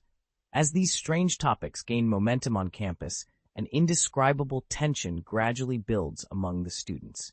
Meanwhile, the countdown sign in the Transfiguration classroom has turned to single digits, reminding them that exam day is drawing closer. The teachers have shifted their focus from lecturing to advising students to review past questions and to rest well. However, for 5th and 7th year students, rest has become a luxury. In their quest to improve concentration and brain power, they begin visiting Madame Pomfrey in the infirmary frequently, leading to an influx of various potions on campus. Brain-refreshing potions have become a sought-after commodity during this period, as possessing such a potion can lead to significant resale value. Ethan, as a prefect, was deeply concerned about the rampant black market trade among his classmates, particularly those in the 5th and 7th grades. The most sought-after item initially was a tranquilizer potion designed to temporarily relax the anxious young wizards and ensure they remained efficient in their studies. However, it wasn't long before the students realized what they truly needed was a potion that could enhance their learning efficiency. Seizing this opportunity, the twins quickly collaborated with the Erotic Society to produce a batch of Baffy Brain Refreshing Potion, which was added to their small store's inventory alongside other useful items like Dragon Claw Powder. Dragon Claw Powder, in particular, was renowned for its remarkable ability to significantly improve memory. Despite their effectiveness, these potions were priced steeply, making them inaccessible to all students. This disparity led to the emergence of counterfeit potions on campus, masquerading as health supplements. One notable example was Slytherin's Montague, who claimed to have transformed from a failing student to achieving a significant improvement in his grades within just half a year, all thanks to Baffy's Brain Refresher. He boasted about purchasing a pint of the potion for only 10 yuan, a price so low it was immediately suspicious. Yet some students, blinded by the prospect of easy gains, fell victim to these scams, hoping for miraculous results. Unbeknownst to them, these counterfeit drugs were not only ineffective, but potentially harmful to their health. Ethan felt a strong responsibility to maintain campus order and protect his fellow students' rights and interests. His determination to eradicate these counterfeit potions was not driven by personal gain, despite being a shareholder in the twins' business. His primary motivation was to ensure that students could study and use genuine products without worry. Chapter 612. As a Gryffindor prefect, Hermione felt deeply indignant about the sale of counterfeit health products. She disposed of all the fake items, such as Dragonclaw powder and Baffa brain refresher, that she had confiscated from unscrupulous sellers by pouring them into the toilet, demonstrating her disdain for these fraudulent goods. After leaving the bathroom, she vented her frustrations to Ethan. Harry and Ron were naive enough to fall for Etika Mitchell's fabrications, believing his high grades were due to Buffy's brain refresher. It was obvious to me that it was a sham. My experience with various magical potions and medicinal materials at the Umbrella Company, which are not covered in our classes, helped me see through it.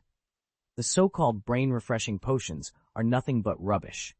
If those two had actually consumed it, it would be a miracle if they didn't end up in the school hospital instead of excelling in their OWL's exams. Ethan could only smile wryly and shake his head, lamenting how easily his classmates were deceived. He inquired further, "Is there anything else?" "Of course," Hermione replied with a slight frown, opening the Book of All Laws she was holding and flipping through it. "Draco Malfoy has been up to no good as well, making his own underhanded moves. He was overheard whispering to Pansy, boasting about his father's long-standing friendship with the director of the Wizarding Examination Authority. He implied that he would receive special treatment during the exams." She shook her head and smiled sarcastically. Hermione, with her extensive experience managing the Efficient United Company, knew well that personal connections have little influence in such large-scale examinations. However, what's even worse, she continued, is that while his bragging might have eased his own nerves, it caused the other students to become even more anxious. Another unspoken method of coping among the students was to compare their progress and estimated scores on mock papers. This practice had become a silent agreement among them, serving both as a source of comfort and a means of competition. Before the charms class, students huddled together, whispering among themselves. Justin Finch Fletchley, looking dejected, squeezed through the crowd and said, "I attempted 4 sets of History of Magic mock papers from the Polytechnic Society's cram school today and only managed 3 O's. The questions were utterly disappointing." Despite his words, there was a hint of pride in his tone, a clear display of cunning. Eloise Midgen immediately responded with exaggerated humility, "Yes, I also feel I might not earn many certificates. I studied for 18 hours yesterday, but my efficiency has dropped. There was a time when I could study for 26 hours a day. I fear this exam might be my downfall." Hannah Abbott joined in, looking equally distressed. "I'm in a tough spot, too. My mother said if I don't secure 10 certificates, I should just leave and take over our family's business in Diagon Alley. She doesn't realize how challenging this is for me." Hermione, who was sitting in the front row, frowned upon hearing these exchanges. She leaned towards Ethan and whispered, "Can I give them a piece of my mind?" The mock papers she had designed were not intended for such boastful complaints. Ethan chuckled in response. "Of course, feel free to set them straight." Steve, curious, approached Ethan with a question. Ethan raised his eyebrows slightly and asked, "Ethan, are you really not going to review? You've missed so many classes this semester." "There's no need to review. I'll get an O on any test anyway. Reviewing is just a waste of time for me," Ethan replied, smiling softly with a trace of confidence and calmness in his eyes.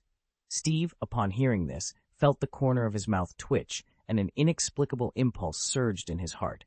He, too, wanted to hit someone.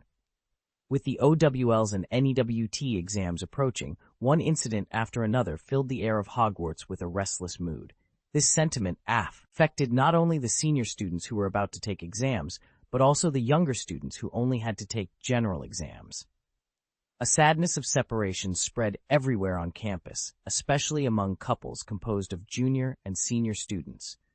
This moment was full of reluctance and care, as the end of the exams meant that another group of young wizards, now adult wizards, would leave the campus forever. The junior students began to give amulets, pendants, and other small objects to the seniors, hoping to bring them good luck and comfort. This trend seemed to have rubbed off on Luna too.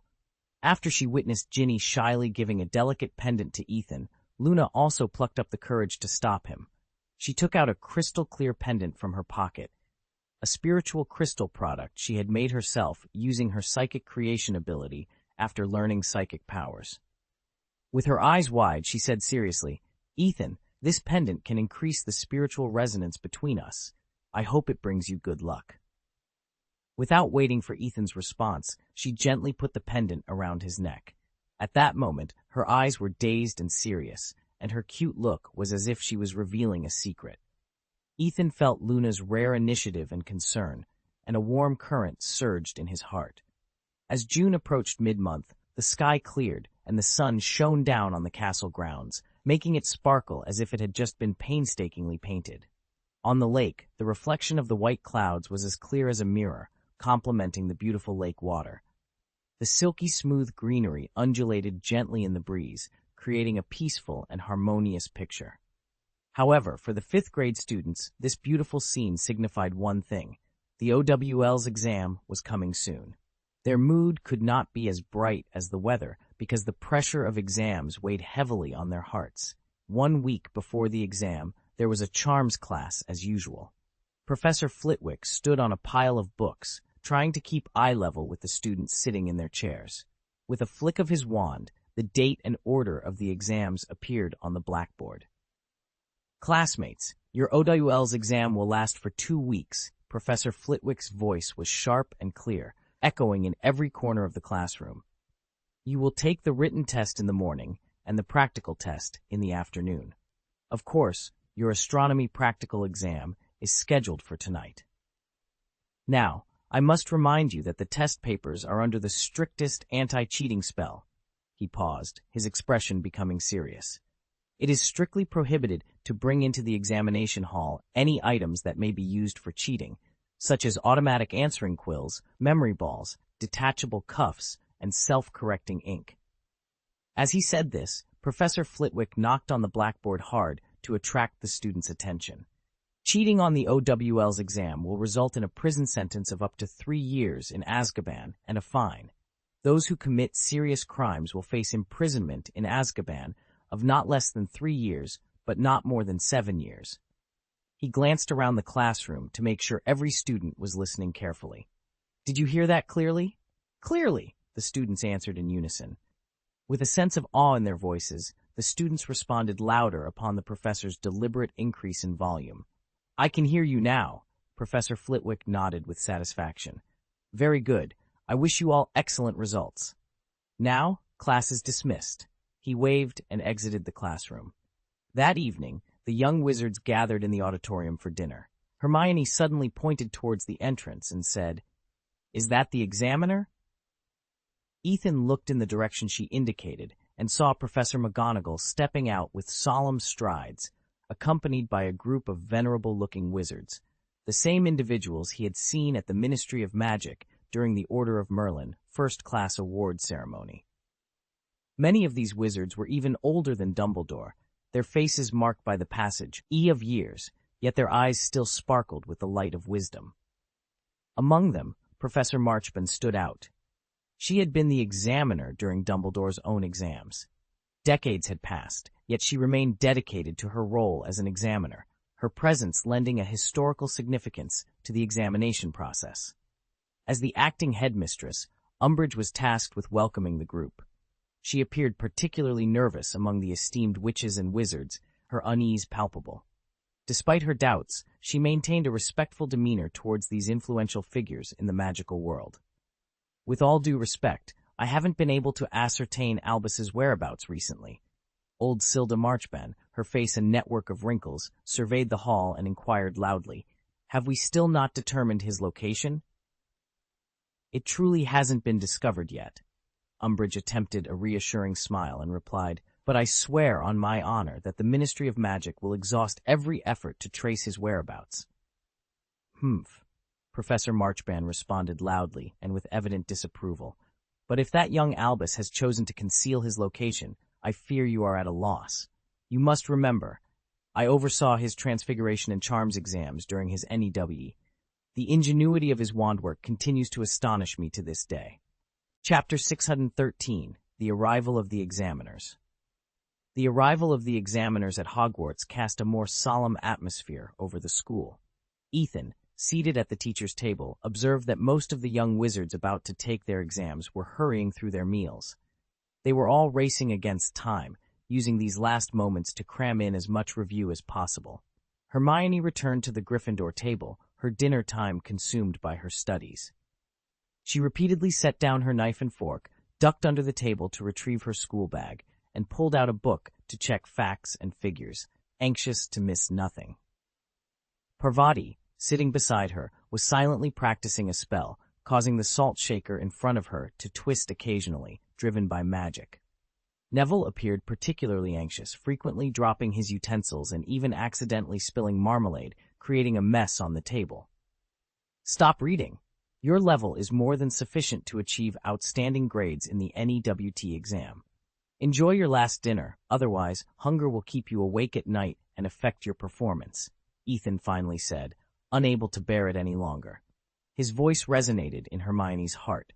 She looked up at Ethan at the teacher's bench, nodded slightly, then put her book away, and absent-mindedly finished her dinner. The early morning sunlight filtered through the gaps in the curtains, casting dappled light on Ethan's face. Waking up early had become part of his routine, a habit solidified over several years. Recently, he hadn't fully adjusted to the time difference, waking up at this hour every day. Rubbing his sleepy eyes, Ethan was surprised to find his roommate already up. This was almost unheard of. After 5 years of school life, these roommates had become notorious for their irregular schedules. They were known for reversing day and night, skipping classes based on whims, and only rushing for Professor McGonagall's classes at the last minute, sometimes even grabbing breakfast on the way. This was all part of their skill set. Steve sat on the edge of his bed, his eyes red from a sleepless night. I was so nervous I barely slept a wink, he confessed anxiously. Kevin also looked distressed. I'm the same. I kept worrying I'd oversleep. I woke up several times, and at one point, I had a nightmare where Professor Flitwick and Aurors came to arrest me for bringing cheat sheets to the exam and threatened to send me to Azkaban. Anthony, pulling at his hair in distress, said, I want to get up early and review again. Then he suddenly screamed in panic. Ah! I lost my hair! It's over. Am I going to be bald? I just celebrated my 16th birthday.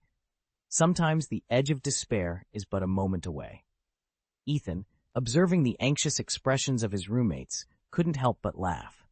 He tossed them a few bottles of uplifting potion. Drink a bit of this. It'll make you feel much better. At least you won't feel sleepy during the exam. After taking the potion and gathering their things, the group hurried out of the dormitory towards the auditorium. Inside, the place was bustling with 5th and 7th grade students gathered in different areas, each group radiating a distinctly different atmosphere. The 7th grade students appeared relatively calm. Having already experienced the OWLS exam, they were well accustomed to such occasions, displaying confident and calm smiles. In contrast, the 5th grade students seemed nervous, mostly silent, and sitting with solemn expressions. After breakfast, students from other grades exited the auditorium to head to their classrooms, leaving the 7th and 5th graders behind. They lingered in the hall, their confusion and unease reminiscent of nearly headless Nick. Finally, at 9:30, they were summoned back to the now rearranged auditorium. The house tables had been removed, replaced by neatly arranged single desks facing the staff table at the auditorium's end, where Professor McGonagall stood. This transformed space was now the examination room, where their fates were to be decided. The morning was reserved for written exams, followed by practical exams in the afternoon, starting with charms. As the students took their seats, a hush fell over the room. Professor McGonagall surveyed the room before her gaze settled on an exquisite pocket watch. She then slowly opened the bag containing the sealed test papers. "Please note," she announced, her voice echoing in the silent room, "the test papers are strictly sealed. When the test paper floats to your desk, carefully check both sides to ensure no prints or pages are missing. After filling in your name and student number, you may begin." With that, the test papers, under the influence of a levitation spell, gently floated to each desk. Professor McGonagall then picked up a large hourglass, inverted it, and placed it prominently, marking the start of the exam time. She also provided quills, ink bottles, and rolls of brand-new parchment for the students' use. Ethan glanced at Steve, his roommate, who returned the look with an encouraging smile. That morning, Ethan had shared some tips on how to excel in the exam room, and now was the perfect time for Steve to apply them. Taking a deep breath, Steve didn't rush to fill in his name, but instead perused the test paper. Then, with a soft yet firm voice, he boasted, "Oh, I've seen all these questions before. There are so many original ones." Though not loud, his voice cut through the silence like thunder, causing many students to look up in shock. The jealousy and anger in their eyes were palpable, but Steve reveled in the secret pleasure of having gained a psychological advantage. Ethan watched this unfold with satisfaction, knowing Steve's words had effectively shaken the confidence of many students. They were likely questioning their preparation and wondering if they could truly excel in this exam. Ethan then turned his attention to his own test paper, his eyes alight with anticipation. He couldn't help but smile, thinking about how Umbridge must have overestimated her influence on the students' understanding of dark magic. The first question on the test asked for the name of one of the unforgivable curses, the Killing Curse, with options A. Avada Kedavra, B. Avatar Survives, C. Avalon Saves Life, and D. Geneva Saves Life. Ethan barely glanced at the options before starting to answer, his quill moving swiftly across the paper. He tackled each question with confidence, a testament to his thorough preparation and deep understanding of the subject matter. Seamus, a Gryffindor student sitting nearby, couldn't help but notice Ethan's rapid progress, a mix of admiration and envy in his gaze. Behind Ethan, Seamus wanted to sneak a glance at Ethan's answers, but he didn't expect Ethan to work so quickly. Just as Seamus was about to peek, Ethan had already finished that section and started turning the pages. Seamus was stunned and froze in his seat. Meanwhile, Ethan's roommate, Kevin, was also turning the page at the same time. However, Kevin didn't possess Ethan's abilities. He had only completed the last multiple-choice question on the page, which allowed him to turn it so swiftly. Kevin was secretly proud, recalling Ethan's previous advice: the sound of turning the pages must be loud and crisp, embodying your love for the OWLs, your disdain for the exams, and your confidence in the simplicity of the test paper. The sooner you turn the page, the better. Ideally, you should turn the page after completing the multiple-choice questions. The paper must be turned loudly, causing those candidates who are still struggling to begin doubting themselves. Sure enough, with the loud sounds of Kevin and Ethan turning pages, many students' spirits began to falter. They observed Ethan and Kevin's relaxed demeanor, then looked at the challenging questions on their own test papers, feeling a surge of powerless frustration. They wished they could confront these two and teach them a lesson for their arrogance. However, they were unaware that this was just the beginning. Ethan's real performance was yet to come. It took him only half an hour to finish the test paper. Then, he stood up calmly and approached Professor McGonagall. "Ethan, do you need to go to the bathroom?" Professor McGonagall asked, glancing at the hourglass with some confusion, realizing that only a quarter of the allotted time had passed. "No, Professor. I've finished the test paper," Ethan replied with a smile. "I have an appointment later, so I'm handing in my paper and leaving." After saying that, he gently placed the paper on the table, turned around, and walked out of the auditorium. The entire auditorium erupted into whispers and exclamations at this scene. "Quiet!" Professor McGonagall, stunned for a moment, loudly scolded the students to quiet down. She then picked up Ethan's test paper and began to examine it carefully. The paper was neat, the handwriting was clear, and every question was answered correctly. Professor McGonagall couldn't help but secretly admire Ethan's work. This test paper could almost serve as a reference for standard answers. Chapter 614. At lunchtime, Ethan's performance in the exam became the center of everyone's conversations. In the 2-hour exam, Ethan had only taken 30 minutes to complete his paper and left the venue with confidence, sparking widespread discussion. Many students felt a mix of envy and jealousy, questioning their own academic abilities and self-worth. Maybe school isn't for me. Perhaps I should consider working instead, many young wizards thought to themselves. Hermione approached Ethan at the Ravenclaw table, still holding her book and looking slightly concerned. Ethan, the exam seemed easier than anticipated. Though I'm confident in my answers, I couldn't help but review them repeatedly. I'm unsure about the hiccup spell. My explanation might have been too complex, and question 23 is still bothering me. Compared to Hermione's detailed self-assessment, other students were visibly more anxious. You're doing fine, aren't you? Hermione was interrupted by Padma, the fifth-year Ravenclaw prefect, who appeared worried.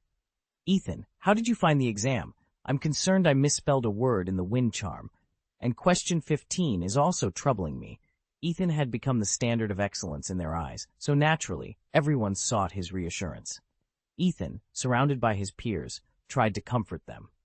Worrying about your answers now won't help and might even impact your performance in the next exams. It's common to find mistakes after the fact, which can lead to unnecessary stress and affect subsequent exams.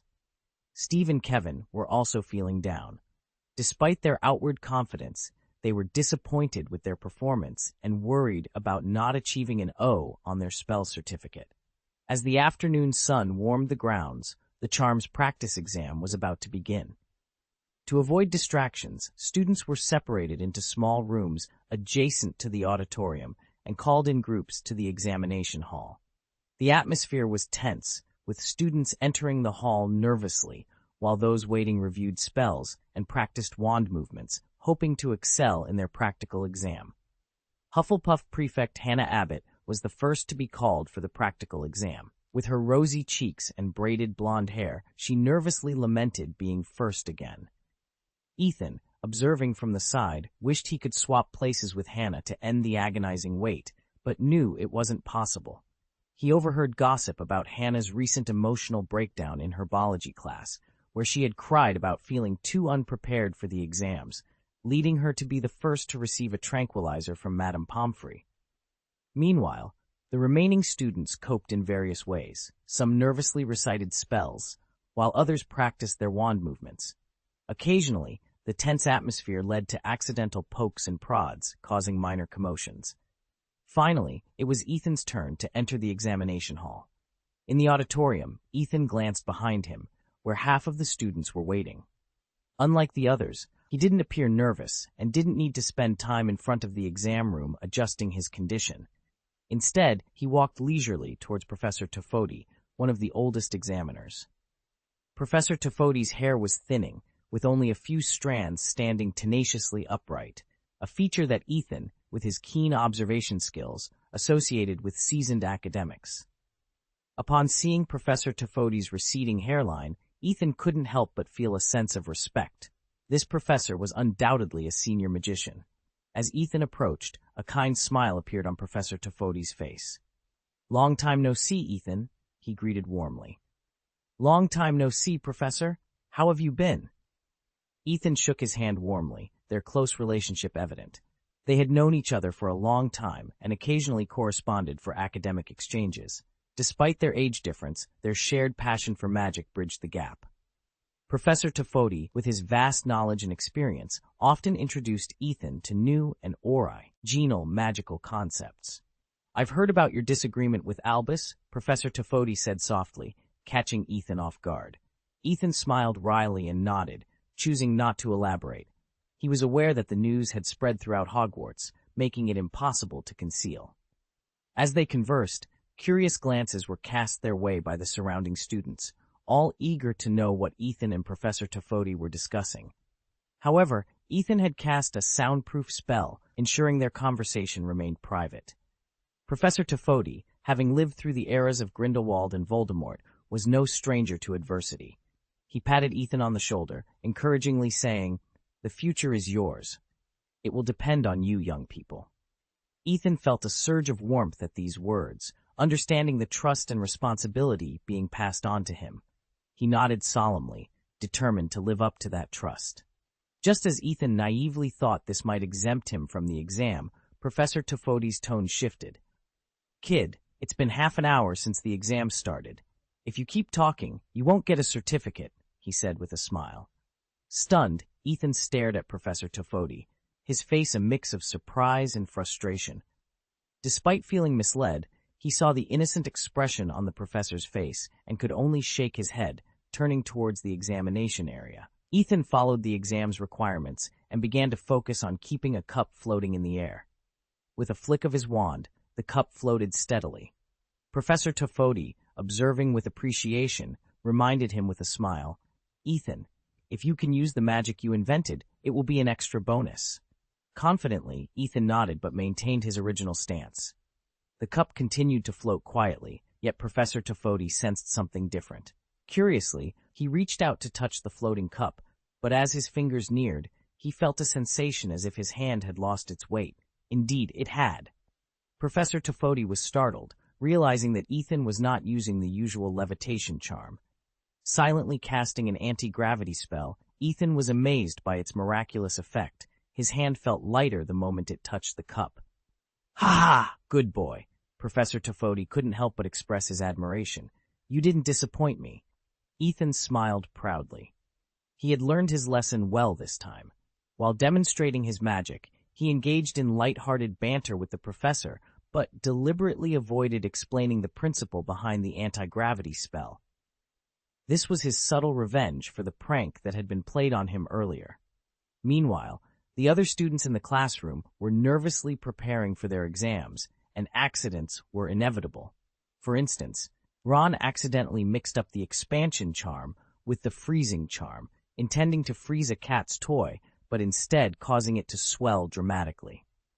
Before the examiner could intervene, the toy had grown to the size of a watermelon. Ron's face turned ashen with fear, and the distressed cat meowed in pain. The examiner, left with no other choice, cast a cutting spell on the oversized toy, neatly slicing it and finally relieving the cat from its discomfort. During the written test for the Transfiguration class, Ethan completed his paper in just half an hour, leaving his classmates and the examiners astounded as he handed in his work ahead of schedule. The following morning, for the Transfiguration written test, Ethan, true to form, finished the paper well before time. After submitting his paper, he sat leisurely in a corner of the examination room, his thoughts drifting back to the college entrance examination in his previous life. He vividly remembered an unfortunate student who, encouraged by his roommates, had handed in his paper early during the last exam. The motivation back then was entirely different from Ethan's. It wasn't because the student found the test paper too simple, but rather to secure a good spot at an internet cafe. This was about 10 years before Ethan's time, when internet cafes were a craze, especially during the college entrance examination period when all cafes were closed and would only reopen after the exams. Handing in the paper early was the only way to ensure a good spot post-exam. The gullible student believed this and ended up being the only one to submit his paper prematurely, which led to his disqualification. Ironically, while all of his roommates had agreed to the plan, none followed through. Only the unfortunate student did. As one might expect, by submitting early, he missed many questions, which ultimately led to his failure. He returned home in disappointment, only to inherit his family's factory, several houses, cars, and 50 acres of land. It was a bittersweet tale. Chapter 615. The written test for Transfiguration was notably challenging, especially for Ethan. The intricate spell models and theories were enough to make any young wizard's head spin. Despite having Hermione's notes for reference, Harry found himself unable to recall the definition of the transformation charm, leaving a regretful blank on his exam paper and feeling secretly frustrated. Fortunately, Harry excelled in the practical exam. With a skillful flick of his wand, he transformed the ferret before him into a cup. As he exited the examination room, he caught a glimpse of Professor McGonagall's lips curving into the beginnings of a smile. This small gesture warmed Harry's heart, and he made a mental note to strive for excellence in the future. However, before Professor McGonagall's smile could fully form, it was interrupted by Hannah Abbott at the next table. During the exam, Hannah became flustered and accidentally turned her ferret into a flock of flamingos, causing chaos in the examination room. It took 10 minutes and a collective effort to capture all the birds and remove them from the auditorium. Draco Malfoy's mood soured upon seeing his test subject, a ferret, reminding him of an unpleasant experience from the previous year. Despite his inner turmoil, he managed to maintain his composure and swiftly transformed the ferret into a white coffee cup. Under Ethan's guidance, Draco had learned to control his temper, upholding his pride as a pure-blood wizard and a member of the Polymath Society.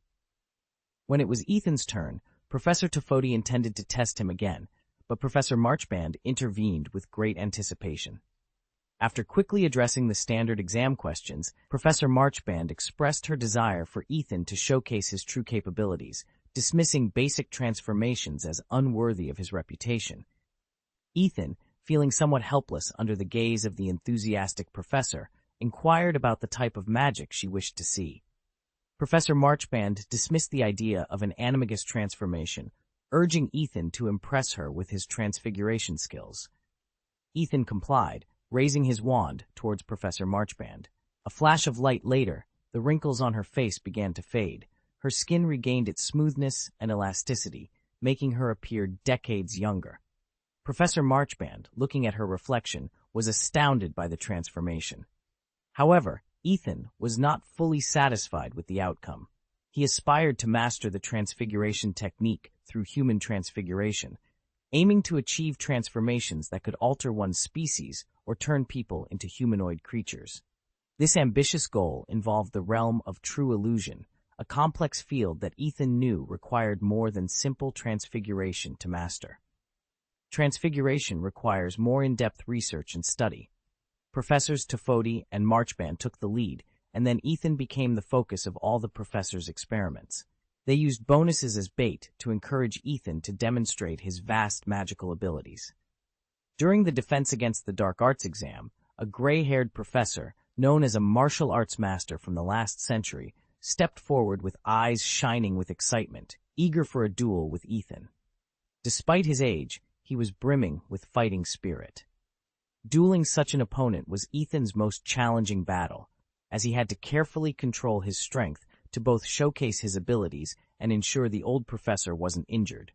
Too weak, and he would be easily defeated. Too strong, and he risked seriously harming his opponent. All the professors who evaluated Ethan praised him, unanimously recognizing him as the last great magician of the 20th century. Ethan was enrolled in a full 12 courses, with ancient runes being the penultimate. The chief examiner for this course was a knowledgeable old professor deeply interested in Ethan's alchemical creations. During the exam, they engaged in a lively discussion about ancient runes and alchemy. Ethan not only answered all the professor's quests, tie-ins, but also offered deeper insights, impressing the professor enough to offer him a position in the ARFA consortium on the spot. After the exam, as Ethan left the room, he overheard the professor praising the overall performance of the students to Professor Flitwick, highlighting not only Ethan's exceptional talent, but also the strong abilities of his peers, thanks in part to the training provided by Ethan's erudite society and its cram school. The final exam was in the history of magic, a subject that weighed heavily on all the students. Despite having Hermione's extensive notes, reviewing was daunting due to the sheer volume of material. However, as the students entered the exam room, their anxiety gradually subsided, replaced by a sense of calm. They knew that overcoming this last challenge would lead to the freedom and joy of the holiday break. Harry sat in a corner of the exam room, overwhelmed by exhaustion and anxiety from late-night studying. He longed for the exam to end so he could rest. As he struggled to focus on the first question, his mind felt cluttered, making it difficult to recall the necessary information. Time seemed to drag on, and around him, members of the Polymath Society began to submit their papers. Glancing at Hermione and Ethan's seats, Harry noticed they were already empty, indicating they had efficiently completed their exams and left the room. This realization snapped Harry back to his task, though he still struggled with recalling names and dates. Harry's focus was captured by the sound of quills scratching on parchment, reminiscent of a horde of scurrying, elusive rats, an unsettling echo in his ears. The sunlight streaming through the window warmed the back of his head, exacerbating his irritation. Opting to bypass the questions that perplexed him, he scanned backward for a question he felt confident about. His gaze settled on question 10. Please state what events led to the formation of the International Confederation of Wizards, and explain why the Wizards of Liechtenstein refused to join. This question offered a glimmer of comfort, as it was a topic he was somewhat familiar with. He began to dredge up what he had learned, slowly transferring his thoughts onto the exam paper. Harry closed his eyes, pressing his face into his hands, struggling to piece together the fragmented memories. The soft sound of quills on parchment resembled a gentle rain, while the grains of sand in the hourglass before him slipped away, marking the relentless passage of time. His mind wandered to the dim, cool corridor of the Department of Mysteries. He envisioned himself taking firm, decisive steps through 3 heavy doors, emerging into a cathedral-like room filled with shelves and orbs. The memories surged over him like a tidal wave, overwhelming him. Suddenly, a cold, high-pitched voice emanated from his own mouth, devoid of any trace of humanity, as if it were a summons from the abyss. Get it for me. Quick, take it down. I can't touch it. You can touch it. Harry saw a pale, slender hand extending from the end of his arm, gripping his wand tightly. It was as though he had become an observer, watching himself perform magic. Pierce the heart and sever the bones, the cold, high-pitched voice commanded again. On the floor, a man screamed in agony, his body contorting as if being torn apart by an unseen force. Harry observed a sinister smile spread across his face. He raised his wand, and the spell ceased. Lord Voldemort is waiting. Harry's own voice spoke coldly. The man on the floor struggled, managing to lift his shoulders a few inches off the ground and raise his head. His face was gaunt, smeared with blood, and contorted in pain, yet there was a defiant glint in his eyes. I'm certain I'll accomplish it eventually, the cold voice persisted. But first, you must retrieve it for me, Blake. Do you think you're in pain now? Consider this. We have time, and no one can hear your screams. However, the moment Voldemort's wand lowered, a sudden, heart-wrenching scream shattered the silence, cutting through the air so sharply that it seemed to split the very atmosphere. Someone collapsed onto the cold stone floor beside the heated table. Everyone was in class or at work today, and tomorrow we would resume the third watch. Chapter 616. Harry slammed to the ground, the sudden impact jolting him back to reality. An involuntary scream escaped his lips as his scar throbbed painfully, as if seared by fire. The surrounding auditorium snapped into focus, and everything seemed to return to normal in an instant. I'm not going. I don't need to go to the school hospital. I don't want to. Harry's voice was rapid and slurred as he tried to shrug off Professor Toffoli's support, drawing the attention of the other examinees. The old wizard, looking helplessly at the students surrounding them, had no choice but to assist Harry out of the auditorium and into the foyer outside. He offered Harry a sympathetic look and whispered, "It's just the pressure of the exam, young man. Go get a glass of ice water and calm down." Meanwhile, in the hallway leading to the Hogwarts library, Hermione followed Ethan with a look of remorse. "You shouldn't have let me come out with you so early. I'll only need to check it a second time," she complained.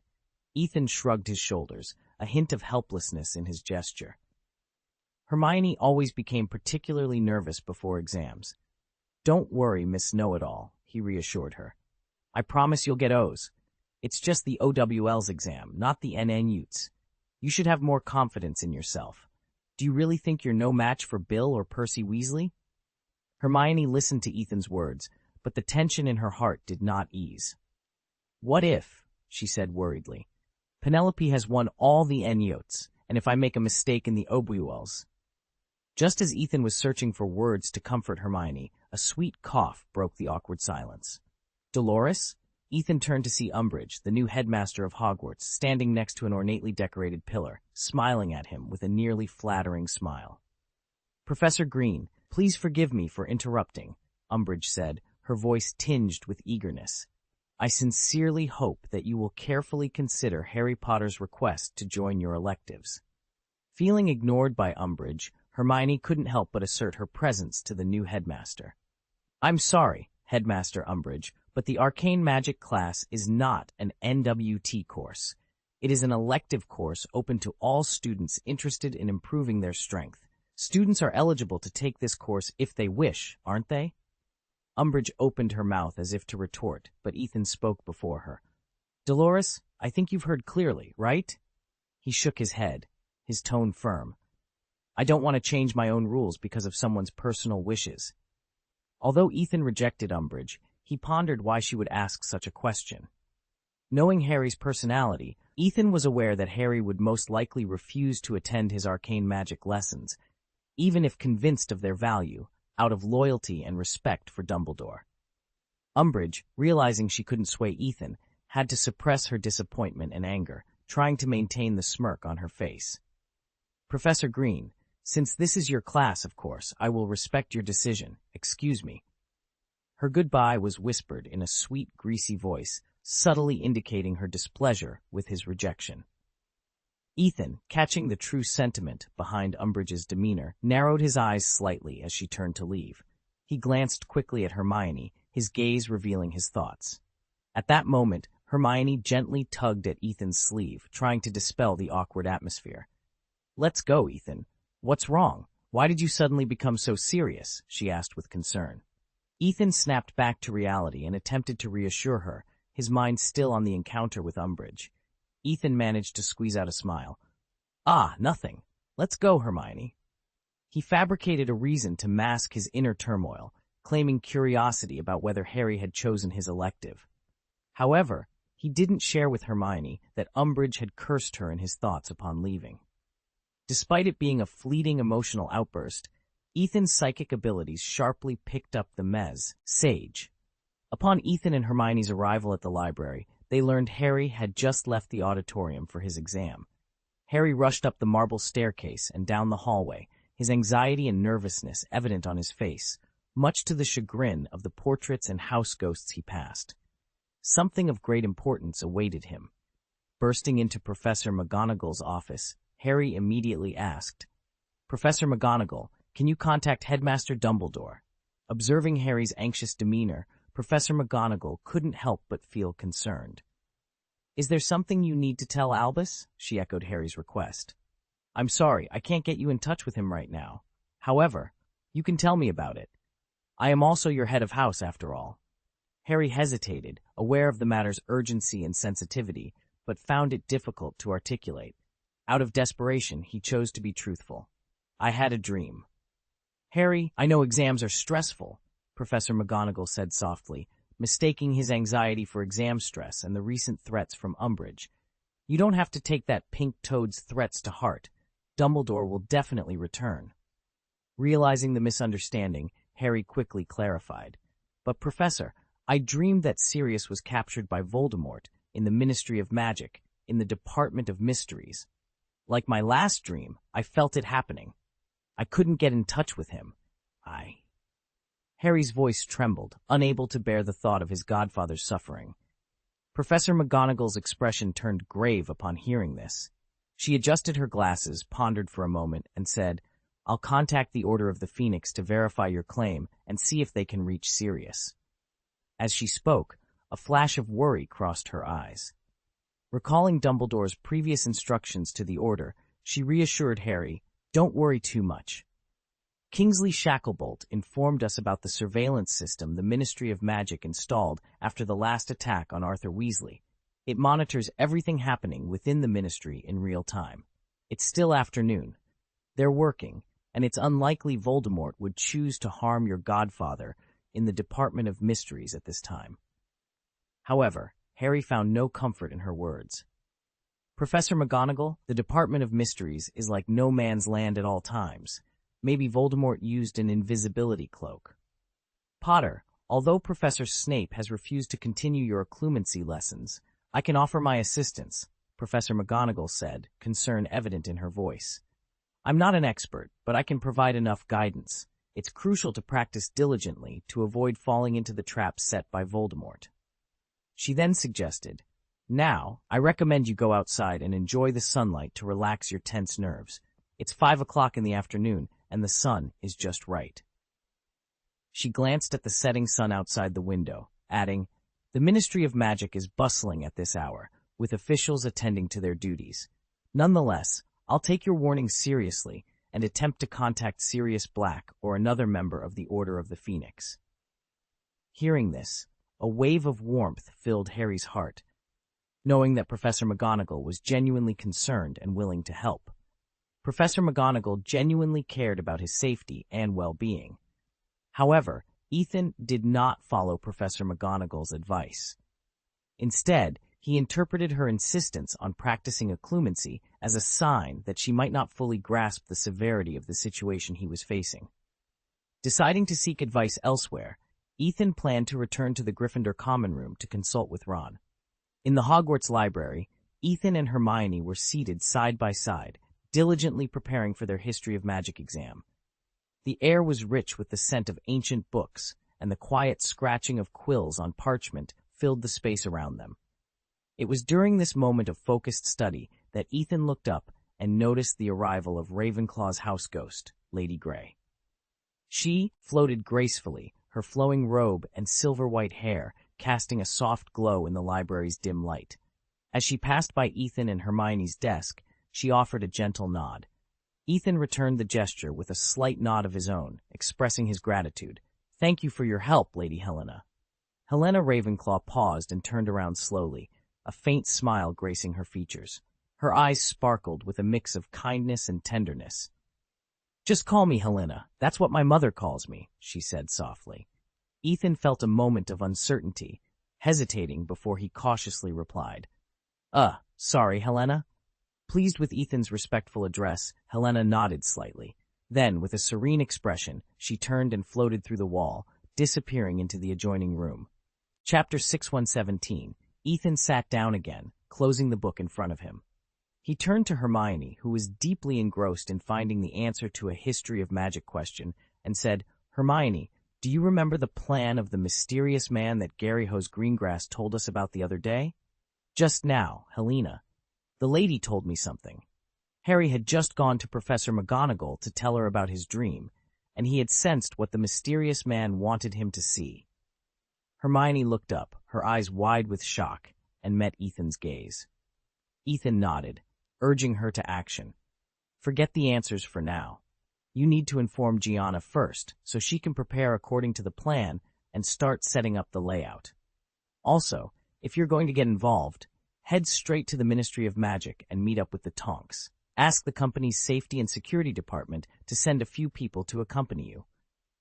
Ethan was about to leave, but he paused, taking a step back to add, one more thing. Help me keep an eye on Cirilla once the battle starts. Make sure she doesn't get close to my fight with the mysterious man without permission. Meanwhile, in the Gryffindor common room, the atmosphere was unusually solemn. Harry sat by the fire, his face pale, eager to confide his secrets to Ron. Ron, I had a dream. Harry's voice was low and trembling. I dreamed that Sirius was captured, right in the Ministry of Magic, exactly like my last dream. I can even feel it happening. Ron's eyes widened in disbelief. Are you sure?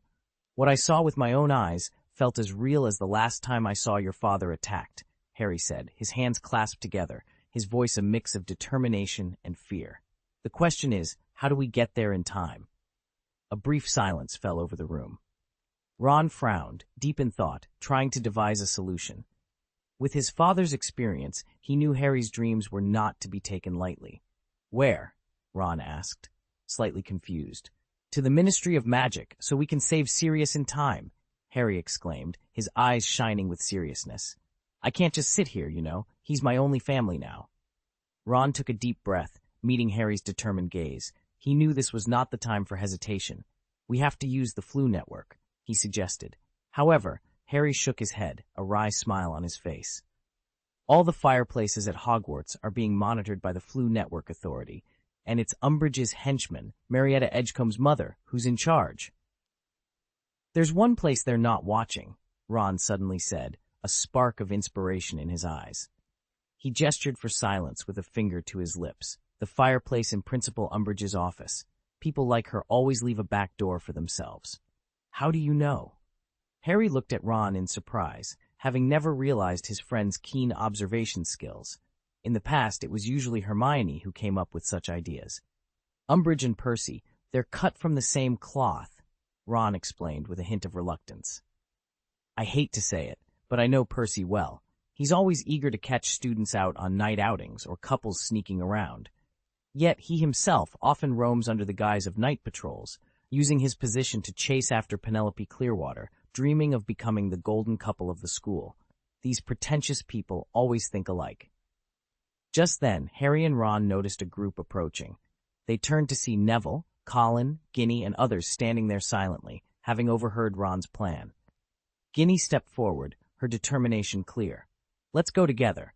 Harry immediately shook his head. No, it's too dangerous. We're Gryffindor students, Harry. Neville interjected, stepping forward. Colin stood beside him, nodding eagerly in agreement. You can't help, Harry said, his tone impatient. He understood the gravity of the situation and the danger involved. Ethan had been cautious about the operation and didn't want his friends to risk it. Everyone was taken aback by Harry's stance, except for Ginny. She confronted Harry with a cold gaze. Don't talk to us like that, Harry. I'm not going to just watch you lead my brother into danger. You know, I've learned a lot of magic from Ethan in private. If there's danger, I can be just as useful as you. Ron suddenly chimed in. Wait, Harry. Maybe they can help. We need someone to keep watch. When we break into Umbridge's office, we must ensure no students are nearby. Otherwise, Slytherin students will definitely run to snitch on us. Ginny and I can stand at opposite ends of the hallway, Ginny suggested confidently, and we can warn people not to go ahead. Let's just say that someone released a lot of poison gas in the area. Her explanation flowed smoothly, leaving Ron looking surprised. Seeing his reaction, Ginny shrugged and added, Fred and George had similar plans before. I just borrowed their idea. Harry was anxious, but recognized his friend's poor willingness to stand by him in the face of danger as a sign of their loyalty and concern. He nodded in agreement. Okay, then that's the plan. The group was eager to leave the lounge, pushing through the bustling crowd outside like birds escaping a cage. After ascending 2 floors, Harry encountered Seamus and Dean, who greeted him with enthusiasm, discussing the all-night celebration they planned for the end of their exams. However, Harry was so preoccupied that he barely registered their conversation. Harry, would you like to donate some galleons? Harold Dingo might be able to get us some fire whiskey. Seamus began, but Harry was already dashing down the hallway, focused solely on reaching Umbridge's office. A few minutes later, Harry arrived at the end of the hallway near Umbridge's office, where Ron, Ginny, Colin, and Neville were ready. Ready to start? Harry whispered as a group of 6th graders passed by loudly. He quickly delegated tasks. Ron, you go and lure Umbridge away, if she's there. Ginny, Colin, you're in charge of clearing the hallways. Once everyone has completed their tasks, meet here. Neville, you're on lookout. I'll put on my cloak of invisibility and open the door to the office when it's clear. Ron nodded and walked away, his fiery red hair making him stand out in the crowd. Meanwhile, Ginny and Colin, identifiable by their distinct hair colors, navigated through the students, executing their tasks with caution. Are you really all right, Harry? Neville asked, concern evident in his eyes. You look pale. Harry shook his head slightly, trying to appear more determined. I'm fine, he replied curtly, then pulled the cloak from his bag. He caressed the cloak, seeking comfort. His scar was aching, but not severely, suggesting to Harry that Voldemort hadn't dealt Sirius a fatal blow yet. He remembered the intense pain from his first connection with Voldemort, which, although unbearable, kept him alert. Harry draped the cloak over himself and stood quietly, listening to the distant commotion. You can't come here, he heard Ginny shout to a group of curious students. No, I'm sorry. You have to take a detour up the spiral staircase. Someone just cast a throat gas spell in this area. A murmur of discontent spread through the crowd, accompanied by an unfriendly voice that challenged, "I don't see the poisonous gas." "That's because it's colorless," Ginny retorted with a tone brimming with annoyance. "But by all means, if you're eager to walk through it, go ahead. We can use your body as evidence for the next skeptic who doubts us." Gradually, the crowd began to disperse. The warning of the poison gas had evidently taken effect, prompting people to steer clear of the area. As the vicinity cleared, Harry noticed Ron making his way back through the thinning crowd. "Good news," Ron announced, panting from his rush. "I've managed to lead Umbridge away." A smile broke across Harry's face upon hearing this. At last, he could shed the invisibility cloak without worry. Chapter 6 and 18, The Stone Monster's Guard. Confronted by the stone monster guarding the door, Harry attempted to use the password he had learned from Dumbledore. Honey candy. To his surprise, the password worked immediately. However, their path was blocked by a copper-ringed gate that remained tightly closed, preventing access to the headmaster's office. It became apparent that Umbridge lacked the true authority to operate the headmaster's office's defensive magic system. She had merely forced the door shut by her own means. Frustrated, Ron extended his wand towards the door and uttered, "Alohomora." Despite his efforts, the door remained steadfastly closed. Not even a crack appeared. Anxious, Harry pushed Ron aside and cast a more powerful spell on the lock. "Door open." A dazzling light erupted from the lock, yet the door stayed shut, unyielding. She must have set up a protective spell specifically against unlocking spells, Ron deduced, stroking his chin thoughtfully. The group felt a wave of frustration. Was there no way through? "Please, let me try." Colin Creevey, who had been silent until now, suddenly spoke up, a hint of nervousness in his voice. "Colin, what are you planning?" Ron asked, turning around in confusion. He watched as Colin pulled out one of his hairs and then his wand. Ron remembered Colin as the shy, adoring fan who always followed Harry around and couldn't help but raise an eyebrow in curiosity. Taking a deep breath, Colin transformed his hair into a bent wire and carefully inserted it into the lock's crack. His hand trembled slightly from nervousness, requiring 2 attempts before successfully inserting the wire. Then, he gently turned the lock, his face slowly revealing a confidence rarely seen. "This is a Muggle technique for opening doors," Colin explained as he worked the lock. "When I was a kid, adults would lock me in my room. To gain my freedom, I had to learn these Muggle methods." Hearing Colin's explanation, the young wizards gathered around, intrigued. They had always relied on magic for solutions, and had never considered that Muggle methods could be useful in such situations. After a few more twists, a crisp click sounded, and the lock opened. Colin stepped back, excitement in his eyes, and looked at Harry. "Cool, at least it can help you, Harry." Umbridge was so focused on countering wizard magic, she never anticipated we'd use Muggle methods against her. Harry looked at Colin in surprise, then at the slowly opening door, realizing something profound. Umbridge had always scorned Muggles, yet it was these very Muggle methods she despised that ultimately led to her downfall. Perhaps that was a form of retribution. Inside the headmaster's office, Dolores Umbridge had adorned one wall with her collection of plates featuring various cats, a stark contrast to the portraits of previous headmasters. The afterglow of the setting sun illuminated the ugly kittens, making them appear as if they were basking in the sunlight. The office was silent, except for the sound of Ron's breathing. However, Ron failed to notice a plate in the corner where a strange black cat was quietly observing them. Suddenly, it turned and silently exited the portrait, disappearing into the shadows.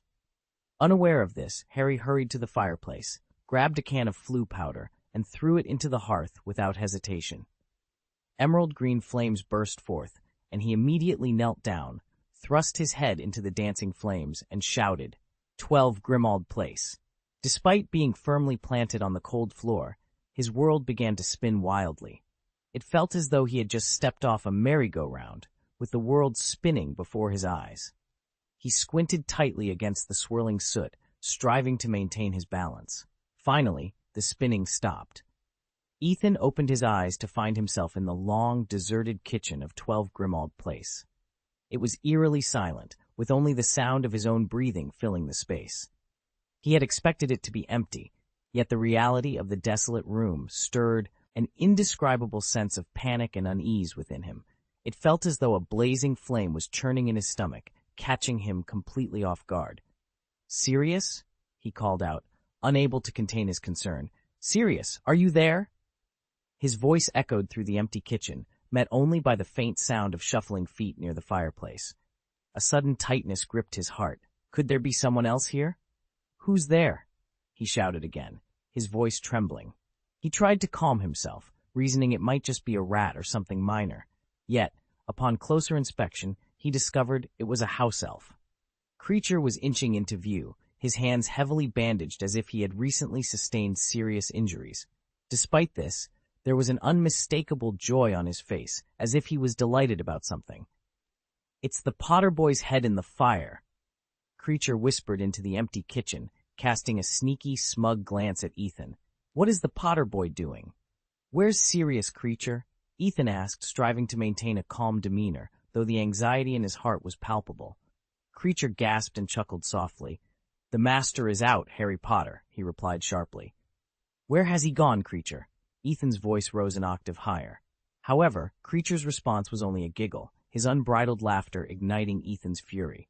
"I warn you, answer my question," Ethan roared, aware that he couldn't punish Creature at the moment, but desperate to intimidate the elf. "Lupin? What about Mad-Eye? Are any of them there?" "No one but Creature," the elf replied gleefully, turning his back on Ethan as he slowly made his way towards the door at the other end of the kitchen. Creature seemed eager to leave, his voice shrill with pleasure. "Yes, he hasn't had a chance in a long time, and Creature's master always keeps him away from her." "Where's Sirius?" Ethan shouted after the elf, his voice echoing through the kitchen, sounding particularly lonely and helpless. "Creature, did he go to the Department of Mysteries?" Creature halted, and Ethan could only see the back of his bald head through the wooden legs of the chair in front of him. "The master didn't tell poor Creature where he was going," the elf whispered. "But you know," Ethan roared. "Don't you? You know where he is." Yet, without a reply, the house elf hurried forward, disappearing through the door and into the hall. Before Ethan could utter any curses or insults, a sharp pain suddenly erupted from the top of his head. He inhaled a large amount of soot, choking so severely that he could barely breathe. It felt as though he was being dragged backward through the flames by a powerful force. In fear, he looked up to see Umbridge's pale, broad face. She grabbed Ethan by the hair, dragging him out of the fire, wrenching his neck back as if about to tear open his throat. By this time, the office was crowded with people. Ron and Colin were present, and Neville, who had been brought in by the wind, was there too, with Filch watching over them, except for Ginny, who had managed to slip away. Dolores Umbridge, panting and leaning over Ethan, who was now seated in a chair, her face was a mix of anger and anxiety. Her voice was sharp and harsh. "You want to find Dumbledore, don't you?" Since assuming the role of headmaster, Umbridge had struggled to obtain true headmaster privileges. Ethan's subtle disregard for her authority had left her extremely annoyed and worried. She was haunted by the constant fear that her position was precarious. In this instance, she was suddenly alerted by the black cat on her plate that Harry had infiltrated the headmaster's office. Concurrently, Filch rushed in to report that he had witnessed Minerva McGonagall leaving the school grounds. This barrage of information alarmed Umbridge, leading her to suspect that McGonagall and Harry were conspiring against her. She speculated that McGonagall might have gone to seek Dumbledore's assistance to overthrow her, and that Harry had broken into the headmaster's office to collaborate with an adversary to challenge her authority. "No, I just want to retrieve the broom you confiscated," Harry said, his voice laced with contempt as he locked eyes with Dolores Umbridge. Umbridge responded with a sneer, raised her hand, and struck Harry forcefully across the face. "Don't lie, Potter," she snapped. "You and I both know your firebolt is stored in the basement, and your audacity to stand here and tell me you're not secretly communicating with someone?" Harry felt a searing pain on his face, but met Umbridge's gaze with defiance. "Nobody," he replied, his words muffled by his clenched teeth. "Oh, really?" Umbridge mocked, curling her lips. "Then, Potter, perhaps you can explain why you have sentries around my office. Or why this fool, she said, nodding disdainfully at Ron, informed me that Peeves was causing trouble in the Transfiguration classroom. However, I was well aware that Peeves was actually busy smearing ink on all the telescope eyepieces throughout the school, a fact Mr. Filch had just reported to me. So it seems there must be someone of great importance to you waiting. Could it be Albus Dumbledore, or perhaps the half-blood giant Hagrid? Chapter 619. Umbridge interrogated Harry, while Filch listened with relish, a smug smile plastered on his face. Harry felt a surge of resentment, causing his body to tremble involuntarily. "It's none of your business who I talk to," he roared, his voice echoing through the empty office. Umbridge's flabby cheeks tensed instantly as she stared at Harry with a grim gaze. "Very well," she said in a creepily mild tone. "I've already given you a chance to confess. Since you choose to refuse, don't blame me for being unkind. Filch, go get Professor Snape." Filch, triumphantly pocketing the wands of the young wizards, left the room with a smile. Harry, however, barely noticed him, as a crucial realization dawned on him. He had thought all members of the Order of the Phoenix, those who could help him save Sirius, had abandoned him. Yet he was wrong. Snape, a member of the Order, remained at Hogwarts. Soon, footsteps echoed in the hallway as Filch re-entered, holding the door open for Snape. Harry struggled to maintain his composure, deliberately keeping a straight face to reveal a calm exterior. Snape entered with a grim look, his gaze sweeping over the students. Upon seeing Harry, a complicated glint appeared in his eyes. "You wanted to see me, Headmaster?" Snape inquired. Umbridge stood up, smiling in an attempt to mask her annoyance. "Ah, Professor Snape," she began. "I'd like another bottle of truth elixir, as soon as possible, please." Snape, his gaze cold through his greasy curtain-like black hair, replied slowly. "Last time, you took my last bottle. I assume you haven't used it all, given that 3 drops should suffice." Umbridge's face flushed, clearly embarrassed by Snape's remark. "Can you make some more?" she asked, her voice strained in an attempt to sound sweet. Snape's lips curled into a sarcastic smile. "Of course," he said, "but it would take a whole lunar cycle to prepare, so I'll have it ready in about a month." "A month?" Umbridge cried, her voice shrill with frustration. "But I need it tonight, Snape. I saw Potter using my fire to communicate with someone." Snape's gaze shifted to Harry, a rare flash of interest in his expression. "Oh, is that so?" he mused. "It doesn't surprise me. Mr. Potter has never been very good at following our esteemed school rules." His cold black eyes met Harry's, who looked back without flinching, silently hoping Snape would understand the urgent message he was trying to convey through his gaze. "I want to interrogate him," Umbridge demanded, her face twitching with anger. Snape shook his head slightly, his voice calm and firm. "As I've already told you, I don't have any extra elixir, unless you intend to poison Potter, which, if you do, I can assure you I would not approve of. I can't help you. Most venoms are so efficient that the victim doesn't have much time to tell the truth." Harry's eyes pleaded with Snape, filled with desperation. The horrific scene of Voldemort capturing Sirius in the Department of Mysteries replayed in his mind. He desperately tried to make Snape understand, his gaze intense and full of urgency. "In that case, you may go," Umbridge shouted sharply, her patience worn thin. Snape gave her a final look, raising an eyebrow slightly, before turning to leave. "You may go, Severus Snape," Umbridge repeated, her voice sharp with irritation. "I'll report back to Minister Fudge on your performance." Snape raised his eyebrows slightly, seemingly unsurprised by Umbridge's reaction. "Oh, yes, please do," he said, bowing sarcastically before turning to leave. "He's grabbed the Bigfoot," Harry suddenly shouted. "He's grabbed the Bigfoot where the thing was hidden." Realizing that McGonagall had left, and thinking this might be his last chance to inform the Order of the Phoenix, Harry hurriedly spoke up as Snape reached for the doorknob of Umbridge's office. Snape paused at Harry's words, while Professor Umbridge looked eagerly from Harry to Snape, her face a mix of confusion and bewilderment. "Bigfoot?" she exclaimed. "What's Bigfoot? What's hidden?" "What the hell does he mean, Snape?" Snape's expression froze for a moment before he slowly turned his head and replied expressionlessly, "I don't know." Then, without hesitation, he opened the door and walked out. "Very well," Umbridge's voice trembled as she clutched her wand tightly. "Good. I had no other choice. This is more important than discipline in school." The safety of the Ministry of Magic is at stake. Yes, yes. She seemed to be talking to herself, trying to convince herself that the action she was about to take was the right one. Her body swayed uneasily, her wand tapping against her empty palm, her eyes fixed on Harry, her breathing short. Harry looked at her, feeling a sense of powerlessness, as if he had lost all his support without his wand. "You forced me to do this, Potter." Umbridge's voice was full of frustration and irritation. "I really don't want to, but special circumstances require special handling. I'm sure the minister will understand. I have no choice." She shook her head, as if trying to dispel the hesitation and struggle in her heart, then glanced at the others present, relented, and turned to Filch. "Filch, take them out, close the door, and wait outside the headmaster's room." "Harry!" Ron shouted in horror, but Filch had a firm grip on his arm. "Yes, headmistress," Filch replied respectfully, then dragged Ron and the others out of the room. After the others were taken out by Filch, Umbridge grabbed Harry's collar with surprising strength. Harry could barely keep his balance as he staggered and was dragged up the stairs behind the headmaster's room, eventually into a dimly lit attic. Umbridge muttered as she violently threw Harry into a brown-red chair.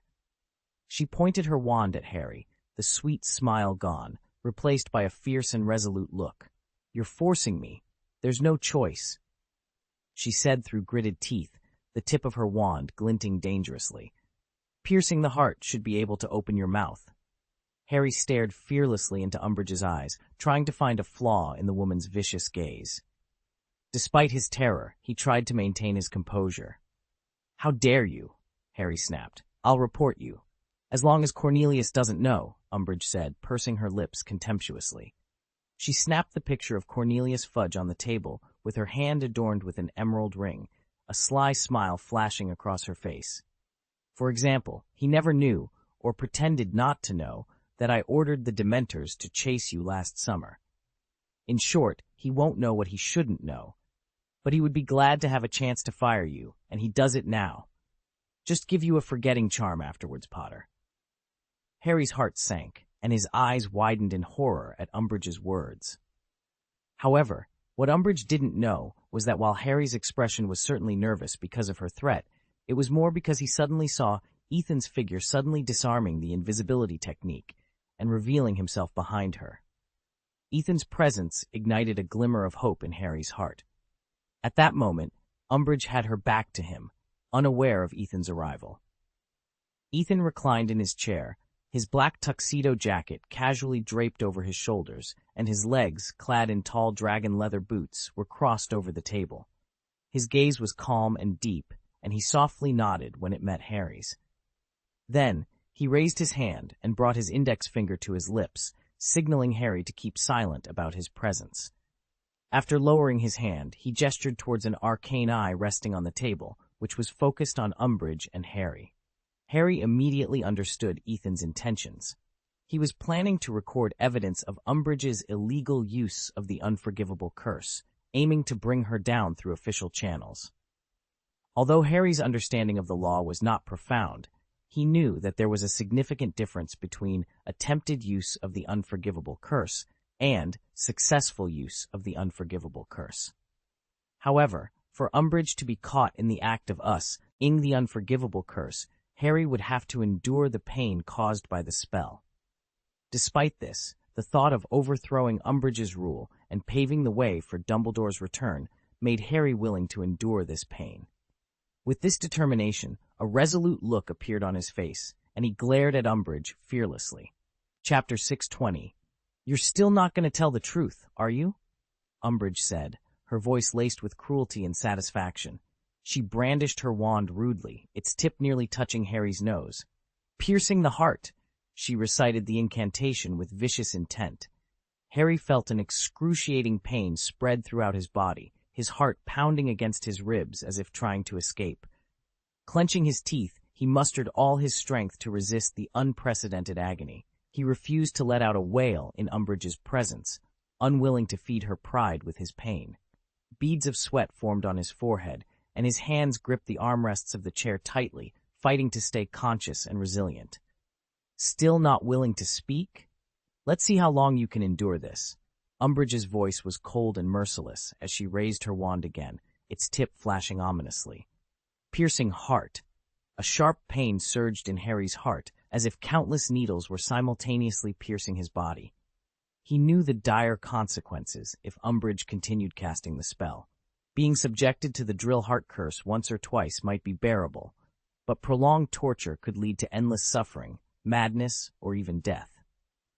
Neville had shared how his parents were driven insane by such spells, enduring countless days and nights of agony at St. Mungo's Hospital. Harry tried to suppress his fear, but the pain washed over him like a tidal wave, rendering him unable to remain silent. A terrifying scream echoed through the attic, a release of all his suffering. In those moments, it felt as though Harry had endured years of torment, his mind overwhelmed with chaotic thoughts and relentless pain, momentarily forgetting both Ethan and Umbridge. He screamed and writhed, but never surrendered. Even as the spell ended, Harry remained silent. Umbridge, undeterred, prepared to cast the dreadful spell a third time, which would surely break Harry completely. Dolores. Ethan's voice suddenly cut through the tension. Umbridge froze, as if struck by lightning, then turned around. Shock and disbelief were evident on her face. "Professor Green, why are you in the headmaster's office?" Umbridge attempted to muster her usual fake smile, but fear gripped her heart, rendering her smile stiff and grotesque. Ethan remained relaxed in his chair, legs crossed, showing no intention of intervening. He tapped the arcane eye in the air with his finger, stopping the recording, then casually reached for the teleportation badge with his right hand. Dolores. Ethan's voice was calm, yet authoritative. "Unfortunately, only Aurors are permitted to use these spells. Wizards who cast an unforgivable curse without authorization face imprisonment in Azkaban." Umbridge bit her lip, her mind racing for a way out. She had hinted at her allegiance to Ethan numerous times since the semester began, but he had ignored her, making it clear he had no interest in her talent. Realizing begging for mercy was futile, she considered leveraging her connection to Fudge, but then remembered her crime of using an unforgivable charm on a young wizard. Aware that Fudge's influence was matched by the Gianna faction within the Ministry of Magic, she knew Fudge wouldn't risk his position to save her. Eventually, her gaze fell on Ethan's relaxed posture and empty hands, and she made a desperate decision. With a ruthless expression, she suddenly raised her wand. Face pointed at Ethan in an instant. Umbridge screamed, "Avada Suo!" Under Harry's horrified gaze, a green spell erupted from Umbridge's wand, swooping down on Ethan like a vicious snake. Harry's heart leaped to his throat, fearing he would see Ethan lying in a pool of blood. However, Umbridge's smug smile, anticipating her victory, froze on her face. The moment the green spell hit Ethan, it was as if a stone had sunk into the sea, causing no disturbance whatsoever. Harry's eyes widened at the unexpected turn of events, though he was still in deep pain. He looked at Ethan, who stood there calmly, without a scratch. "You couldn't have been hit." "No one can defend against the requisition spell," Umbridge stammered, her voice trembling, stunned by the scene before her. She had momentarily forgotten her attack's purpose, focusing instead on the miracle before her. She couldn't believe what she saw, as in her perception, the requisition spell was unbeatable, and no one could resist its power. "Dolores, it seems you are a bit more incompetent than I thought." Ethan shook his head slightly, his tone laced with sarcasm. "If you were a bit smarter, you would realize that half of the people in this headmaster's office have successfully resisted this spell." Ethan's immunity to Umbridge's spell was not due to her incompetence. On the contrary, Umbridge was quite talented in black magic, and her heart was filled with malice. The spell she used was indeed deadly. The reason Ethan stood unharmed was that he had applied a powerful layer of protection to himself, the 5-ring druid spell, anti-death enchantment. This spell didn't defend against physical damage or block normal attacks, but its unique and powerful effect made the recipient completely immune to any form of death spell. Whether it was an instant death attack, a negative energy attack, or a deadly spell such as Real Spell, Death Finger, etc., they would become powerless in front of this protective barrier. However, Ethan didn't rest on his laurels. Facing a dark arts master of Voldemort's level, Even the death-resistant enchantment might not completely resist his powerful instant death spells. In the face of Umbridge's confusion, Ethan chose not to reveal the principle of his defense, keeping his secret weapon hidden. In the battle of magic, maintaining an air of mystery and caution was equally important. Ethan raised his eyes slightly, firmly grasping his wand. Umbridge, meanwhile, descended into complete madness. She hysterically cast the disarming charm on Ethan, trying to strip him of his ability to fight back. Despite the barrage of red light, Ethan's wand remained firmly in his hand. The next moment, Ethan flicked his wand, and a red light flew back to Umbridge with lightning speed.